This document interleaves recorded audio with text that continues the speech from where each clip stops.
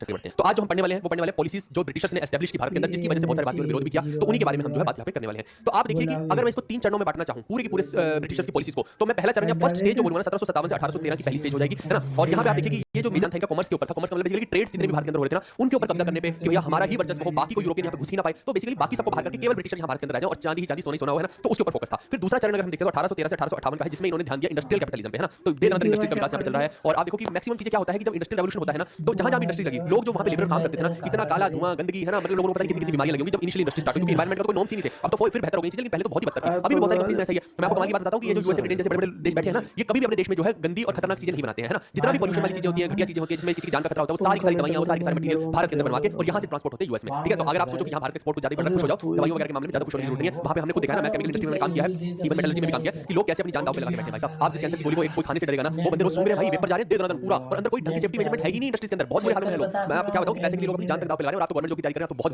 बहुत बेहतर है हमसे, है ना। तो ये हो गया। इसके बाद तीसरा चरण जो था इनका, वो था फाइनेंशियल कैपिटलिज्म, की पूरा का पूरा पैसे का जितना भी है ना घुमा वो किया जाए, मतलब बिलियंस ऑफ डॉलर्स आप मान के चलो, पता नहीं कितना ही रुपया अगर हम जोड़ लें तो पता नहीं कितनी पुश्तें हमारी चली जाएंगी उस पैसे को जोड़ने में। लगभग सारा का सारा पैसा ही ड्रेन करके ले गया ना, भारत के रिसोर्सेज सारे चूस के ले गए अंग्रेज, ये आप इसको बोल सकते हैं। और क्यों इतने पैसे की जरूरत थी पूरे देश, पूरे वर्ल्ड के ऊपर जो है कॉलोनियल रूल करने के लिए, केवल और केवल नहीं, हर जगह पे ब्रिटिश का झंडा फहराया जाए। क्या मिला आखिर में? कुछ नहीं मिला, धक्के मिले, है ना, जूते मार मार के भगाया। और हिटलर का इसमें बहुत बड़ा रोल रहा। हिटलर ना होता तो आज भारत की आजादी में रोड अटका ही पड़ता, यही समझ लो, है ना। चलो अब मैं बात करने वाला हूं, आप देखिए कि सबसे पहले जब आप इसको पढ़ेंगे ना, तो आपको समझना कैसे वो समझते हैं ना। सबसे पहले देखो कि मैंने हमेशा आपको बताया कि एक मैप बनाते हैं। ब्रिटिशर्स ने हमेशा सबसे पहले किसको अपना टारगेट बनाया था? बंगाल को बनाया था। बंगाल के अंदर युद्ध हुआ था सिराजुद्दौला के साथ। तो वो सारे इवेंट जो इंपॉर्टेंट हो गए ना, मैं जोड़ता जाऊंगा ताकि आप लोगों को इजी रहे, नहीं तो फिर आपको समझ में नहीं आएगा गवर्नर जनरल का टॉपिक। क्या बोल रहे हैं आप? किसकी बात करें? ठीक है, अभी आप पढ़ लो, मैं बाद में आप लोग सबके कमेंट्स की रिप्लाई दूंगा। आज की क्लास बेहद इंपॉर्टेंट है, आप मिस नहीं कर सकते इस क्लास को, ठीक है। आप देखो कि जब बंगाल में ब्रिटिशर्स अपना कब्जा करने के लिए बैठे हैं, तो यहाँ पे उन्होंने किससे युद्ध किया? सिराजुद्दौला से युद्ध किया है। अब वो बंदा कौन है? क्लाइव है, ठीक है। रॉबर्ट क्लाइव ने जो है, यही क्लाइव है जिसने ये सारे युद्ध किया है। अगर इसका कार्यकाल मैं पूरा पूरा देखता हूं तो 1757 से 1760 के बीच का है, ठीक है दोस्तों। और ये एक तरह से आप कह सकते हैं क्योंकि सिर्फ बंगाल पे ही कब्जा किया था। तो यहाँ पे आप देखो 3-4 चीजें बनती है। एक बनता है गवर्नर ऑफ बंगाल, ध्यान देना, गवर्नर ऑफ बंगाल। दूसरा बनेगा गवर्नर जनरल ऑफ बंगाल, ठीक है। फिर तीसरा बनेगा गवर्नर जनरल ऑफ इंडिया। फिर चौथा बनता है वाइसरॉय ऑफ इंडिया। ये 4 पोस्ट हैं, एक्चुअली अलग अलग पोस्ट हैं। और यहाँ पे बच्चा अक्सर मात खा जाता है, अक्सर कंफ्यूज हो जाता है कि इनमें पूछा कुछ और होता है और आप उत्तर कुछ और देंगे। जैसे अगर वो पूछेगा first governor general of Bengal, तो आप वहां पे क्लाइव मार्क कर दो, गलत हो जाएगा। अभी मैं पढ़ाऊंगा, लाइन से पढ़ाऊंगा, सारे तो मैं बताता जाऊंगा,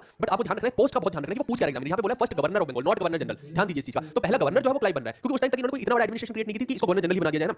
तो बंगाल के अंदर पहला गवर्नर क्लाइव बनता है, सिराजुद्दौला को हरा दिया जाता है। वहां पे सारी हमें चीजें पता है। तो वही बैटल ऑफ प्लासी का जिक्र यहाँ पे किया गया है, इसके कंटेम्परेरी है। अब ये यहाँ पे क्या कोशिश करता है क्लाइव के ही टाइम में, आप देखिए कि अब धीरे-धीरे पहले तो प्लासी का बैटल हो रहा है, फिर आगे चल के बंगाल में बक्सर का बैटल होता है। ये सब खेल यहाँ पे बंगाल में चलता रहता है। अब यहाँ एक जो डुअल गवर्नमेंट क्रिएट करने की जिम्मेदारी जाती है वो क्लाइव को जाती है। अब डुअल गवर्नमेंट में आप देखो दो चीजें होती है, एक होता है डुअल गवर्नमेंट, एक होता है डायarchy सिस्टम। यहाँ भी बच्चा अक्सर कंफ्यूज हो जाता है, मैं आपको बताता हूँ। आप देखिए एक आपने सुना होगा वर्ड डायarchy और एक होता है डुअल गवर्नमेंट, डुअल गवर्नमेंट। अब दोनों में ही क्या फर्क है आपको बहुत कंफ्यूजन हो जाएगा अगर आप छोटे से बेसिक से कांसेप्ट को नहीं पकड़ेंगे। लोग सीधा सीधा बस पढ़ा के बनाने वाले निकल जाते हैं, उनको बिल्कुल फुर्सत नहीं है, ना ही उनका दिल करता है कि दोनों की चीजों में जो है डिफरेंस बता दिया जाए। आप देखिए कि इसने जो चलाया है वो डायarchy चलाई है। डायarchy का मतलब क्या है वो समझना। आपको ये समझने से पहले ये समझना पड़ेगा कि खेल क्या चल रहा है। आप देखो एक तो है भारतीय रूलर्स, ठीक है, फिर है एक ईस्ट इंडिया कंपनी, और फिर आपका आता है ब्रिटिश गवर्नमेंट जो ब्रिटेन में बैठी हुई है, ठीक है। 3 लोगों के बारे में आपको जानना है, तब आपको वो कांसेप्ट समझ में आएगा। अब देखो कांसेप्ट क्या है।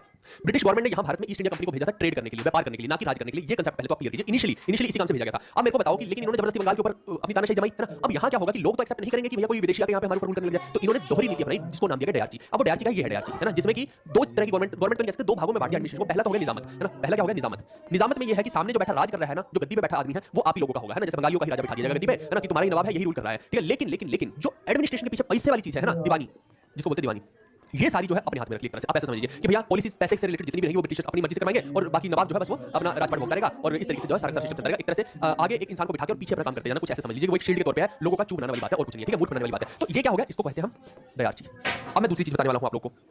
अब दूसरा कांसेप्ट क्या है, आगे चल के वो हम देखेंगे कि ये इंडियन रूलर्स का तो सफाया ही कर दिया ब्रिटिशर्स ने। अब यहाँ पे आगे चल के जब हम देखते हैं तो एक सिस्टम शुरू होगा डुअल गवर्नमेंट का। ये होगा डुअल गवर्नमेंट का। अब इसमें क्यों डुअल गवर्नमेंट का? एक्चुअली ईस्ट इंडिया कंपनी और जो ब्रिटिश गवर्नमेंट है ना, ये ही दोनों आपस में लग जाएंगे कि सारे का सारा राइट्स ही हमारे पास है और सारा राजपाट भी हमारे हाथ में, हम ही सब कुछ है ना। और सब कुछ पैसे का काम भी हम ही करेंगे और शासन का काम भी हम करेंगे, एडमिनिस्ट्रेशन भी हम करेंगे और मॉनिटरी थिंग्स भी हम ही करेंगे, पॉलिसी मेकिंग भी हम करेंगे। उसको बोलते हैं डुअल गवर्नमेंट यहाँ पे, जो हम हिस्ट्री के कांसेप्ट्स के अकॉर्डिंग जब चलते हैं तो, ठीक है। तो अगर कोई पूछे डुअल गवर्नमेंट किसने चलाई है, वो एक अलग व्यक्ति का नाम हो जाएगा और डायarchy वाला व्यक्ति अलग हो जाएगा। ये दोनों में कंफ्यूजन मत पैदा करना। अब मैं धीरे-धीरे आपको आगे लेकर चलता हूं, ठीक है भाई। चलिए, तो डायarchy का कांसेप्ट कौन लिख रहा है? रॉबर्ट क्लाइव लेके आया है, और ये है डायarchy, यानी भारतीयों को कुछ शासन दे रखा है और कुछ चीजें अपने हाथ में रख रखी हैं। अब अगला देखो कि जब धीरे-धीरे चीजें बदलती हैं तो अब देखिए कि इंसान का लालच भी बढ़ता रहता है, इंसान बहुत सारी चीजें सोचता है कि मैं ये कर लूंगा, मैं वो कर लूंगा। तो यहाँ पे अगला जो रूलर बनता है ये बनता है वॉरेन हेस्टिंग। और यहाँ देखिए कहीं ना कहीं 1774 से 1785 के बीच के टाइम पीरियड में ये क्या करते हैं लोग, ये ले आते हैं रेगुलेटिंग एक्ट 1773। अब इस एक्ट में क्या होता है, आप देखिए कि बेसिकली जो व्यक्ति ईस्ट इंडिया कंपनी का यहाँ पे गवर्नर के तौर पे नियुक्त था ना, ये बोलते हैं कि नहीं, अब उसको एक इजाफा दे देते हैं, यहाँ पे हम थोड़ा सा अपनी गवर्नमेंट चलाने की कोशिश करेंगे। तो ये क्या करते हैं, एक टर्निंग पॉइंट यहाँ पे क्रिएट करते हैं, बोलते हैं कि वो गवर्नर नहीं रहेगा, गवर्नर जनरल हो जाएगा ना, यानी कि अब वही सब कुछ संभालेगा यहाँ पे। तो और पार्लियामेंट्री सिस्टम क्रिएट करने की कोशिश करते हैं बेसिकली यहाँ पे। तो अगर कोई पूछ ले कि पहला गवर्नर जनरल ऑफ बंगाल, पहला फर्स्ट, तो कौन हो जाएगा, वो वॉरेन हेस्टिंग हो जाएगा। कांसेप्ट समझ में आया आपको कि गवर्नर कौन है, रॉबर्ट क्लाइव, लेकिन गवर्नर जनरल कौन पहला बन रहा है बंगाल का, वो बन रहा है आपका वॉरेन हेस्टिंग। अरे डिनर कर लेना, मैंने भी नहीं किया भाई साहब, मैंने भी डिनर किया है, ठीक है। अभी मैं भी तुम्हारे तरह ही हूं, भूखा पेट लगा हुआ हूं, बाद में करूंगा, पहले पढ़ा लूंगा, है ना। तो इस तरीके से आप देखिए कि यहाँ पे ये जो है एक नई चीज जो है रेगुलेटिंग एक्ट 1773 के अकॉर्डिंग जो है क्रिएट की गई। अब इसके अलावा आप देखिए कि इस आदमी ने आते ही सबसे पहले डुअल सिस्टम को ही रिमूव कर दिया। ऑब्वियसली बात है, कि जो डीआरसी चली हुई है अगर उसको ही कंटिन्यू करेगा तो गड़बड़ हो जाएगी है ना, कि फिर तो भारतीयों के हाथ में सब कुछ रहेगा। लेकिन आप देखिए कि बंगाल के अंदर ऑलरेडी जो भारतीय है ना, बैटल बक्सर भी किसी हो रहा है, इतना सारा विरोध किसी हो रहा है कि नहीं आप हम ही सब कुछ दे दीजिए, भारतीय तो यही मांगेंगे, वो क्यों नहीं मांगेंगे, लेकिन यहाँ भी सब कुछ खत्म कर देते हैं, ना तुम नवाब हो ना पूछो, हम ये सब कुछ ऐसा करके यहाँ पे बैठ जाएंगे और डुअल सिस्टम ही खत्म कर देंगे एडमिनिस्ट्रेशन का। साथ में ये दस्तक जो था वो भी खत्म कर दिया। दस्तक क्या होता है, ट्रेड लाइसेंस होता है। यूजुअली बहुत सारे ब्रिटिशर्स ने इसका नजायज फायदा उठाया, जिसके अंदर क्या था कि ब्रिटिशर्स को है टैक्सेस नहीं पे करने पड़े हैं ना, जो नवाब है उसको टैक्सेस नहीं पे करने पड़े, फ्री टैक्सेस फ्री जो है एक तरह से ट्रेड किया जा रहा है, तो बहुत बड़ी शानदार तरीके से मजे लूट रहे थे। इसके अलावा देखिए अगर सुप्रीम कोर्ट की एस्टैब्लिशमेंट पहली बार किसी ने कलकत्ता में की है तो वो इसी आदमी के टाइम पे हुई है। और यहाँ का आपसे पेपर में पूछ सकता है पहला जज कौन था, तो एलिजा इम्पे जो है वो पहला जज था, ये पूछा जा सकता है पेपर में, ये ध्यान रखिएगा, इसको बिल्कुल भी भूलना नहीं है अपने को, ठीक है। नेक्स्ट आपका जो गवर्नर जनरल ऑफ बंगाल ही चल रहा है अभी मैंने बिल्कुल भी ये नहीं बोला कि गवर्नर जनरल ऑफ इंडिया, ठीक है। तो अभी बंगाल का ही सब कुछ चल रहा है क्योंकि अभी ब्रिटिश आगे बढ़े नहीं, वो बंगाल में ही बैठे हुए हैं भाई साहब, अभी बाकी जगह अलग रूलर्स हैं। तो यहाँ पे कौन बैठा है, लॉर्ड कॉर्नवालिस बैठा 1776 से 1786 से 1793 तक, ठीक है। चलो ये मौज लूट रहे हैं यहाँ पे लौंडे है ना, इनको अलग ही चल रहा है, इनके हार्मोन जो वो बात खाते रहते हैं, कभी किसी से बात कर लो, कभी किसी से कर लो, ये बतिया नहीं तो आ रहे हैं, पढ़ना तो है नहीं है। क्या क्या हो रही है बफरिंग, कहाँ हो रही है एक बार बता दो, बफरिंग हो रही है क्या, मेरे जल्दी से आप लोग बताइए एक बार। ये कोई लड़का कह रहा है कि बफरिंग हो रही है, एक सेकंड रुक जाइए मैं देख लेता हूँ भाई, ऐसा होना नहीं चाहिए है ना, एक सेकंड रुक जाओ, बफरिंग तो नहीं होनी चाहिए भाई, सही तो चल रहा है, कहाँ हो रही है बफरिंग, ठीक है। अच्छा कोई first Anglo Mysore war, first नहीं सेकंड वाला, सेकंड एंग्लो मैसूर वॉर और फर्स्ट मराठा वॉर अगर कोई पूछ ले कि किस टाइम पे हुआ है तो वो भी आप ध्यान रखिएगा, वो इसी आदमी के टाइम पे हुआ है, ठीक है। वॉरेन हेस्टिंग के ही फर्स्ट एंग्लो मराठा और सेकंड एंग्लो मैसूर वो भी इसी के टाइम पे हुआ, ये ध्यान रखना। चलो अब कॉर्नवालिस की बात करते हैं तो देखो डिस्ट्रिक्ट जज की अगर पोस्ट किसी ने क्रिएट की सीधा ही पेपर में आएगा तो वो इसी ने की, और फादर ऑफ सिविल सर्विसेज किसको बोला जाता है वो भी कॉर्नवालिस को बोला जाता है, ये सीधा ही आएंगे पेपर में क्वेश्चन। इसके अलावा इसने लोगों पे कंट्रोल रखने के लिए क्या बना दिया, वहां पे पुलिस थाना बना दिया ताकि लॉ एंड ऑर्डर को मेंटेन किया जा सके, तो पुलिस थाना का पूछ ले कोई तो भी यही आदमी है। फिर संस्कृत कॉलेज बनारस में किसने बनवाया, उस टाइम पे इसका नाम था जोनाथन डंकन है ना, या फिर ये कह लीजिए जोनाथन डंकन ने बनवाया था, लेकिन इसी के कार्यकाल में बनवाया था, ये आप कह सकते हो, और एक मिनट भी बनवाई थी कलकत्ता के अंदर, तो ये जो है इसी के कार्यकाल में हुआ, इसने बनवाया इसके कार्यकाल में हुआ, ये हम समझ सकते हैं। इसके अलावा देखिए जमींदारी सिस्टम या फिर कहीं परमानेंट सेटलमेंट सिस्टम जो है 1793 में बंगाल में स्टार्ट हुआ, वो भी इसी के टाइम पे हुआ है। मैं आगे बता दूंगा कि 3-4 तरह के सिस्टम होते हैं, अभी आगे महलवाड़ी वगैरह आएगा तो मैं वहां पे एक साथ बता दूंगा कि सारे सिस्टम क्या होते हैं। इसके अलावा देखिए कि फादर ऑफ जुडिशियल रिफॉर्म अगर कोई बोले, जुडिशरी में जिसने सबसे ज्यादा रिफॉर्म किया वो भी कॉर्नवालिस ने किया, कॉर्नवालिस कोड 1793 के तहत, ये क्वेश्चन कई बार पेपर में आ चुका है, आगे भी आ सकता है। फिर आप देखिए कि सेकंड एंग्लो मैसूर वॉर तो जो है वॉरेन हेस्टिंग के टाइम पे हो गया था, जिसमें टीपू सुल्तान लड़ रहा था, मंगलोर की ट्रीटी हुई है। लेकिन अब थर्ड वाला एंग्लो मैसूर वॉर आप देखिए, थर्ड एंग्लो मैसूर वॉर जो है 1790 से 92 के बीच में चलता है। अब पेपर में पूछा जा सकता है कि बताओ थर्ड एंग्लो मैसूर वॉर के टाइम पे कौन सा यहाँ पे गवर्नर जनरल था या गवर्नर था, तो ये अगर आप नहीं पता लगा पाएंगे तो फिर कई बार हम कोरिलेट नहीं कर पाते, तो मैंने सीधा ही इसीलिए मैच कर दिया ताकि आपको इतना दिमाग लगाना ना पड़े। तो ट्रीटी ऑफ श्रीरंगपट्टनम जो है इसी टाइम पे हुई है, ये आप ध्यान रखना, इसमें लगभग टीपू सुल्तान अपनी आधे से ज्यादा टेरिटरी खो देता है और उसके बाद उसके बच्चों को भी क्या कर लिया जाता है, 1 करोड़ रुपए की डिमांड की जाती है, बहुत सारा जो है हो जाता है और फिर चौथा वॉर लड़ते हुए तो बेचारा रुड़ के लेता है। तो इस तरीके से आपको ध्यान रखना है। फिर इसके बाद आप देखिए कि ये एक लौता ऐसा गवर्नर जनरल है जिसका मौजूलियम जो है भारत में बना हुआ, कहां पे बना हुआ, गाजीपुर में बना हुआ, यानी इसकी कब्र बनी हुई है भारत में, ये आप समझ सकते हैं। फिर इसके बाद आता है रिचर्ड वेलेस्ली। वेलेस्ली का टाइम है 1798 से 1805 के बीच में। अब ये क्यों इंपॉर्टेंट है सबसे ज्यादा वो मैं बता देता हूं, वो है इस वजह से, ये आएगा क्वेश्चन पेपर में अगर आएगा तो कि सब्सिडी अलायंस कौन लेके आया था, तो वेलेस्ली लेके आया था सब्सिडी अलायंस। इसका मतलब ये है सब्सिडी अलायंस में देखो बहुत सारी वीडियो में सब्सिडी अलायंस करता रहता हूं, डॉक्टर करता रहता हूं, इनका मैंने पहले भी आपको बताया था कि जो सब्सिडी अलायंस होती है दोस्त वो ये है कि आप किसी भी और यूरोपियन के साथ डील नहीं करेंगे, केवल और केवल ब्रिटिश के साथ डील करेंगे। ये एक रूल इन्होंने बना दिया था, ये इन्होंने हर बंदे से, हर महाराजा से बेसिकली सब्सिडी अलायंस साइन करवाते थे कि आप किसी भी और बंदे से बाहरी बंदे से ट्रीट नहीं करेंगे या उनको कोई भी व्यापार नहीं देंगे, बेसिकली अपनी मोनोपोली क्रिएट कर रहे थे, ठीक है। और सबसे पहले ये डील किससे की है, निजाम ऑफ हैदराबाद से की है ना, उसका काटा सबसे पहले निजाम ऑफ हैदराबाद के साथ हुआ ये। फिर उसके बाद अगर किसी ने अपने आपको लाइन ऑफ बंगाल का टाइटल दिया है तो ये भाई अपने आपको खुद ही टाइटल दिया जा रहा है, जैसे मुगल बादशाह करते थे ऐसे कर रहे हैं ना, अलग ही बड़े बने हुए, तो खुद को ही जो है लाइन ऑफ बंगाल बोल रहा है। इसके बाद राजभवन कलकत्ता में किसने बनवाया, तो 1803 में इसी वेलेस्ली ने जो राजभवन भी बनवाया है। बिल्कुल बिल्कुल नए नए बंदे तो आते ही रहेंगे।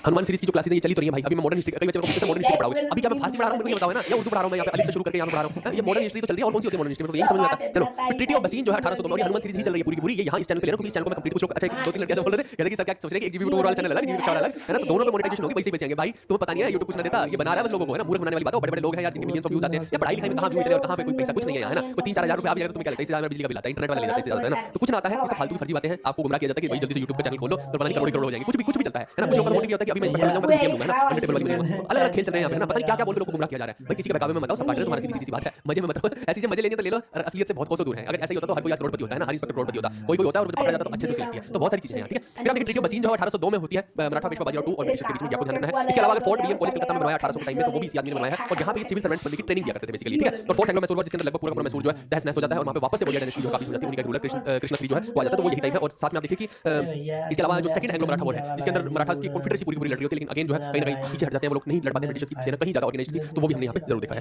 फिर अगला आता है रॉडन हेस्टिंग, जो हेस्टिंग है इसका टाइम है 1813 से 1823 तक में, सही बात है ना। एशियन के सभी लेक्चर्स हैं जो जरूरी हैं, वो पेड कोर्स के सेक्शंस थे कुछ जो मैं यहाँ पढ़ा रहा था। यहाँ पे आपकी चोला डायनेस्टी मैंने पूरी डाल दी और एशियन की पूरी कंप्लीट मैराथन मैंने डाल दी, क्वेश्चन मैक्सिमम वही साथ ठीक है। आप उन टॉपिक्स को मत टारगेट करो जहाँ से कोई 2-4 क्वेश्चन नहीं आने हैं, क्यों वो टॉपिक आपको पढ़ने हैं, आप वो टॉपिक्स पे फोकस करो भाई साहब जहाँ से 95% कंटेंट आना है, ना कि ऐसे टॉपिक पढ़ने लग जाओ जहाँ से कंटेंट 5% आना है उसका भी भरोसा नहीं है। तो मैंने जो सोच समझ के सब कुछ दिया है यहाँ पे, जो दिया है वो पढ़ो आप, अननेसेसरी चीजों में मत घुसो कि सर ये वाला नहीं सेक्शन वो वाला नहीं, बहुत इंपॉर्टेंट चीजें सब दे दी आप लोगों को, इतना पढ़ के याद भी कर पाओगे ये भी तो देखो, ठीक है। चलो एंग्लो नेपाली वॉर जो होता है 1814 से 1816 के बीच में होता है, वो इसी आदमी के टाइम पे है, और इसने हिंदू कॉलेज बनवाया था, जिसको आज प्रेसिडेंसी यूनिवर्सिटी भी बोला गया है, कहाँ पे बनवाया था, कलकत्ता में बनवाया था। इसके अलावा अगर बॉम्बे प्रेसिडेंसी बनी है तो वो भी इसी के कार्यकाल में बनी है ना, मैंने जैसे आपको बोला इससे पहले सिर्फ बंगाल तक ही सीमित थे, लेकिन अब जो इनका एरिया है ना उस टाइम पे देखो इधर बंगाल है तो बॉम्बे बहुत बड़ा था, ये महाराष्ट्र वगैरह वाला गुजरात वाला ये भी लगभग बॉम्बे प्रेसिडेंसी होता था पूरे बहुत बड़ा। तो यानी कि बंगाल में तो काबिज थे, अब बॉम्बे में भी होगा, बाद में चलकर हम देखेंगे तो मद्रास में भी हो जाएंगे। यही 3 सेंटर ब्रिटिशर्स के बनेंगे, बेसिकली 3 जगह पे ये काबिज होंगे और इस तरीके से 3 बिंदुओं से पूरे भारत को चला करेंगे, ये आपको ध्यान रखना है, ठीक है। तो ये जो है बॉम्बे प्रेसिडेंसी भी यहाँ पे क्रिएट हो गई 1818 में। इसके अलावा देखिए कि महलवाड़ी सिस्टम जो है 1822 में कौन लेकर आ रहा है, होल्ट मैकेंजी लेकर आ रहा है, और वो इसी कार्यकाल में लेकर आ रहा है, ठीक है। एक सेकंड रुकिए बस, मेरे को एक सेकंड दीजिए।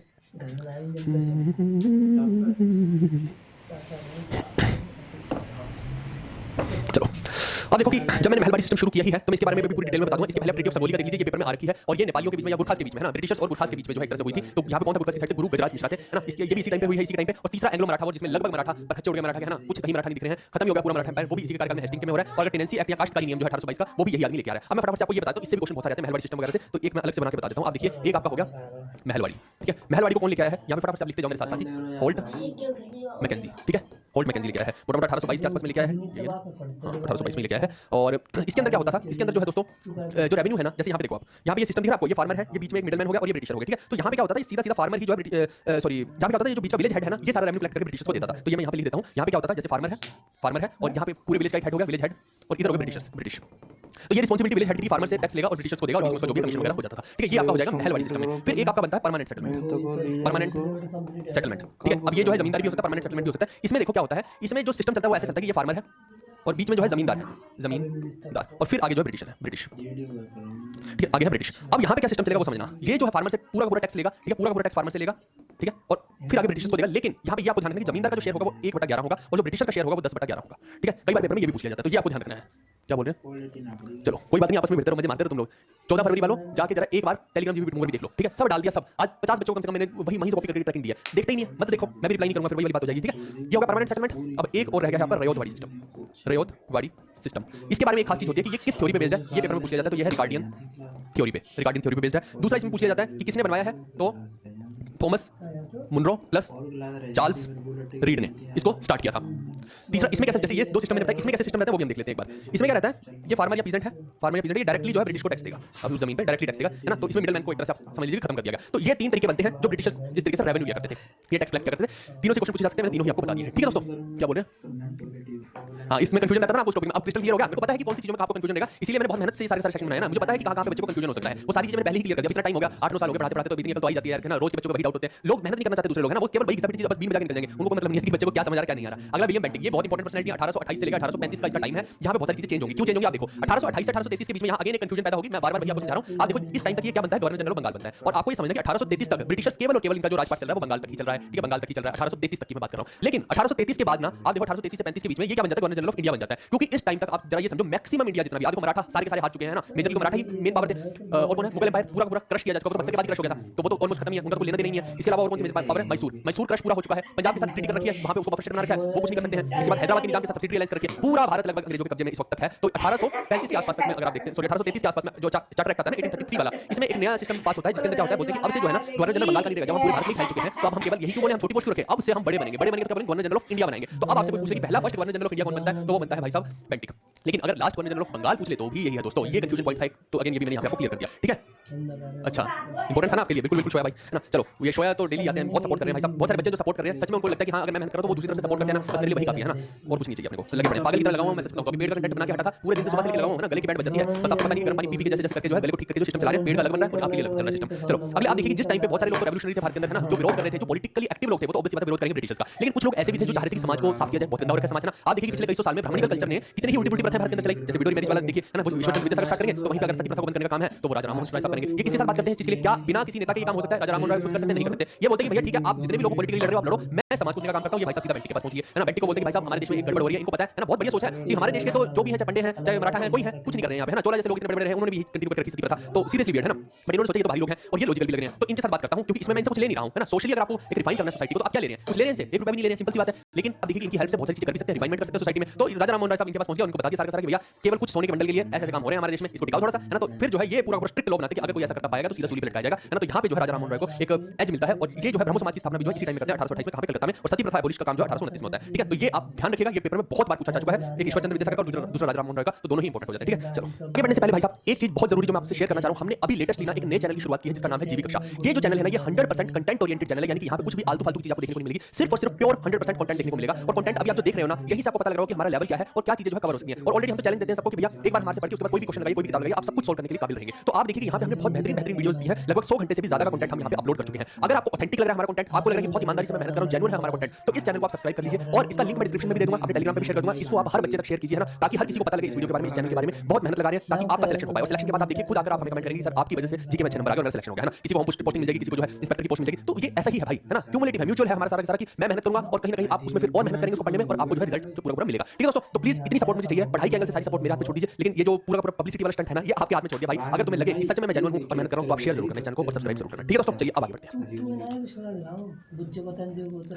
बड़े भाई आगे क्या हो गया इसको, आगे क्यों नहीं बढ़ रहा, क्या हो गया, यही नहीं चल रहा यार, ऐसे मत करना, शुक्र है क्या अब ज्यादा आगे बढ़ गया कुछ, मैंने कहा क्लास माइंड हो जाती है। चलो आगे देखिए कि इसने जो है महलवाड़ी सिस्टम को इसने बनाया नहीं था, इसने रिफाइनमेंट का काम किया था और पूरे भारत में स्प्रेड करने का काम किया था 1833 में। ये आप ध्यान रखिएगा कि किसने स्प्रेड किया, जो है बेंटिक ने स्प्रेड किया था। ठीक है, इसके अलावा formation of first law commission in India अगर बोला जाए 1834 में, तो पहला लॉ कमीशन भी यही आदमी बना रहा है। और अगर मैं बोलूं ना तो इंग्लिश मीडियम को बहुत ज्यादा आप समझो कि वाइड स्प्रेड में फैलाने का काम है ना, वो इसी के कार्यकाल में हुआ कि हायर एजुकेशन जो है वो इंग्लिश के अंदर ही होनी चाहिए। एक्चुअली में ये लोग क्या करते थे, ये बोलते थे कि एक छोटी क्लास तक तो ये वर्नाकुलर लैंग्वेज अलाउ कर देते थे। वर्नाकुलर लैंग्वेज का मतलब है कि आपकी जो आम बोलचाल की भाषा है ना, कि कोई तेलुगु बोल रहा है, कोई पंजाबी बोल रहा है, कोई मराठी बोल रहा है, तो कुछ जैसे छोटी क्लास तक तो वो अलाउ कर देंगे, लेकिन उसके बाद बोलेंगे नहीं आपको इंग्लिश कंपल्सरी, तो इंग्लिश को बढ़ावा देने में भाई साहब लगे पड़े थे। इसके बाद आप देखिए आता है चार्ल्स मेटकाफ 1835 से 1836 के बीच में। मेटकाफ जो सबसे बड़ा काम कर रहा है वो फ्रीडम ऑफ प्रेस कर रहा है ना, कि प्रेस को आजादी दे रहा है। एक तो ये इंपॉर्टेंट काम हो गया और यहाँ पे बहुत सारे लोग फिर जो है वो नाम लिखेंगे। इसका कार्यकाल भी बहुत बड़ा नहीं, आप देखिए 1 साल का ही है। इसके अलावा देखिए राजभवन बनवा रहा है कलकत्ता में 1803 के अंदर, एंड कलकत्ता में एक पब्लिक लाइब्रेरी बनवा रहा है। इस सीधे सवाल आएंगे कराएंगे, और यही पब्लिक लाइब्रेरी आज की डेट में नेशनल लाइब्रेरी ऑफ इंडिया भी मानी जाती है, तो ये आप ध्यान रखना इसलिए इंपॉर्टेंट हो जाता है। इसके बारे में बस यही 2-3 पॉइंट मेजर है। इसके अलावा देखिए कि जो ऑकलैंड है वो कब 1836 से 1842 के बीच में आ रहा है। यहाँ पे बड़ी मजेदार चीज, अगर किसी ने हमारी एंग्लो सिख वॉर वाली वीडियो देखी होगी, मैंने 2-3 दिन पहले ही डाली है चैनल पे, तो उसको ऑकलैंड के साथ कनेक्शन फील हो गया कि भैया ऑकलैंड ने क्या किया था। अब वो पूरा एक 1-1.5 घंटे का सिनेरियो है जिसके अंदर भैया इतने सारे ब्रिटिशर्स अफगानियों के साथ वॉर करने जाते हैं और एक भी बंदा नहीं लौटता, केवल एक मुरझाया फूल होकर यूं लौटता है। आप सोचो कि 20-25 हजार की सेना जा रही है और एक आदमी नहीं लौट रहा, सिर्फ एक आदमी लौट रहा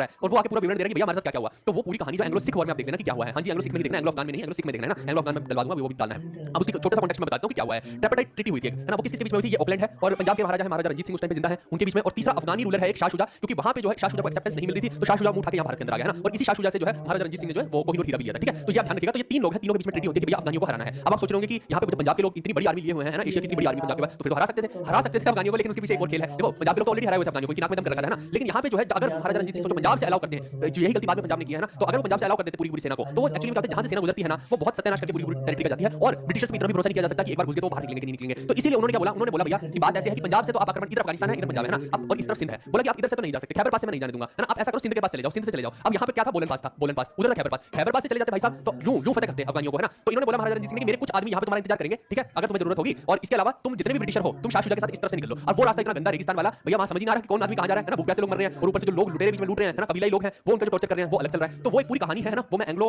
अफगान वॉर और एंग्लो सिख वॉर पढ़ लेना, उसमें आपको मजा आएगा। मैंने वीडियो एंग्लो सिख की डाल दी, एंग्लो अफगान में डाल दूंगा। तो यहाँ से जितने भी लोग जाते हैं वापस जो है इस रास्ते से केवल एक ही आदमी आता है, बाकी सारे जाते हैं। ठीक है, तो इस तरीके से क्योंकि ये रास्ता ही ऐसा था कि यहाँ पे पहुंचना ही नामुमकिन था। यही कारण था कि बाद में जो है ब्रिटिशर्स ने पंजाब पे आक्रमण किया, है ना, जब महाराजा रंजीत सिंह की डेथ हो गई उसके बाद वहां पे इतना बड़ा गंदा खेल चल रहा था, तो ब्रिटिशर ने अपने अंडर ले लिया और फिर जो है यहीं से वॉर किया था और अफगानियों से फिर भी हारे थे, लेकिन फिर जो है अच्छा खासा स्ट्रगल करके जीत गए अल्टीमेटली, है ना। तो कुल मिलाकर पहला एंग्लो अफगान वॉर जो है वो लड़ा गया, तो वो 1839 से 1842 के बीच में इसी ड्यूरेशन में ऑकलैंड के टाइम पे ही लड़ा गया था। ठीक है, तो इसी को ट्रिपटाइट ट्रीटी बोलते हैं। फिर इसके बाद देखिए फर्स्ट बंगाली डेली न्यूज़पेपर अगर बना तो वो उसका नाम था संबंध प्रभाकर, ये पूछा जा सकता है, तो ये 1839 के ही टाइम में बना है। फिर मैंने आपको जैसे कि बोला ऑलरेडी कि अभी जो है ब्रिटिशर्स का वर्चस्व केवल यहाँ तक बंगाल तक नहीं सीमित था, इधर बॉम्बे में भी हो गया है और अभी मद्रास भी आगे चल के हम देखेंगे ना, सब चीजें देखेंगे। लेकिन आपको भी समझना कि यहाँ पे जब बॉम्बे में भी है तो ये क्या करते हैं कि यहाँ पे बैंक बना देते हैं बॉम्बे में 1840 में, और ये बैंक जो है बाद में चल के आप देखो कि 3 जगह पे बैंक बनेगा, है ना, एक बनेगा बॉम्बे के अंदर, एक बनेगा बॉम्बे में, एक बनेगा बंगाल में और एक बनेगा आपका मद्रास में। ठीक है, मैं ऐसे करके भी शो कर रहा हूँ, 3 पॉइंट शो कर देता हूँ, बीबीएम। ठीक है, और यही बैंक बाद में मर्ज होकर जो है ना एसबीआई बनेंगे, है ना, पहले इंपीरियल बैंक बनेगा और फिर बाद में इसी को ही एसबीआई का नाम दिया जाएगा। तो अगर कोई पूछ ले तो आप बता सकते हैं कि यही है वो तीनों का मर्जर जब हो जाएगा तो फिर जो है एसबीआई बनेगा। अभी नहीं, अभी तो सिर्फ बैंक ऑफ बॉम्बे ही बना है, यही आपको समझना है। ठीक है, सिंग इज किंग।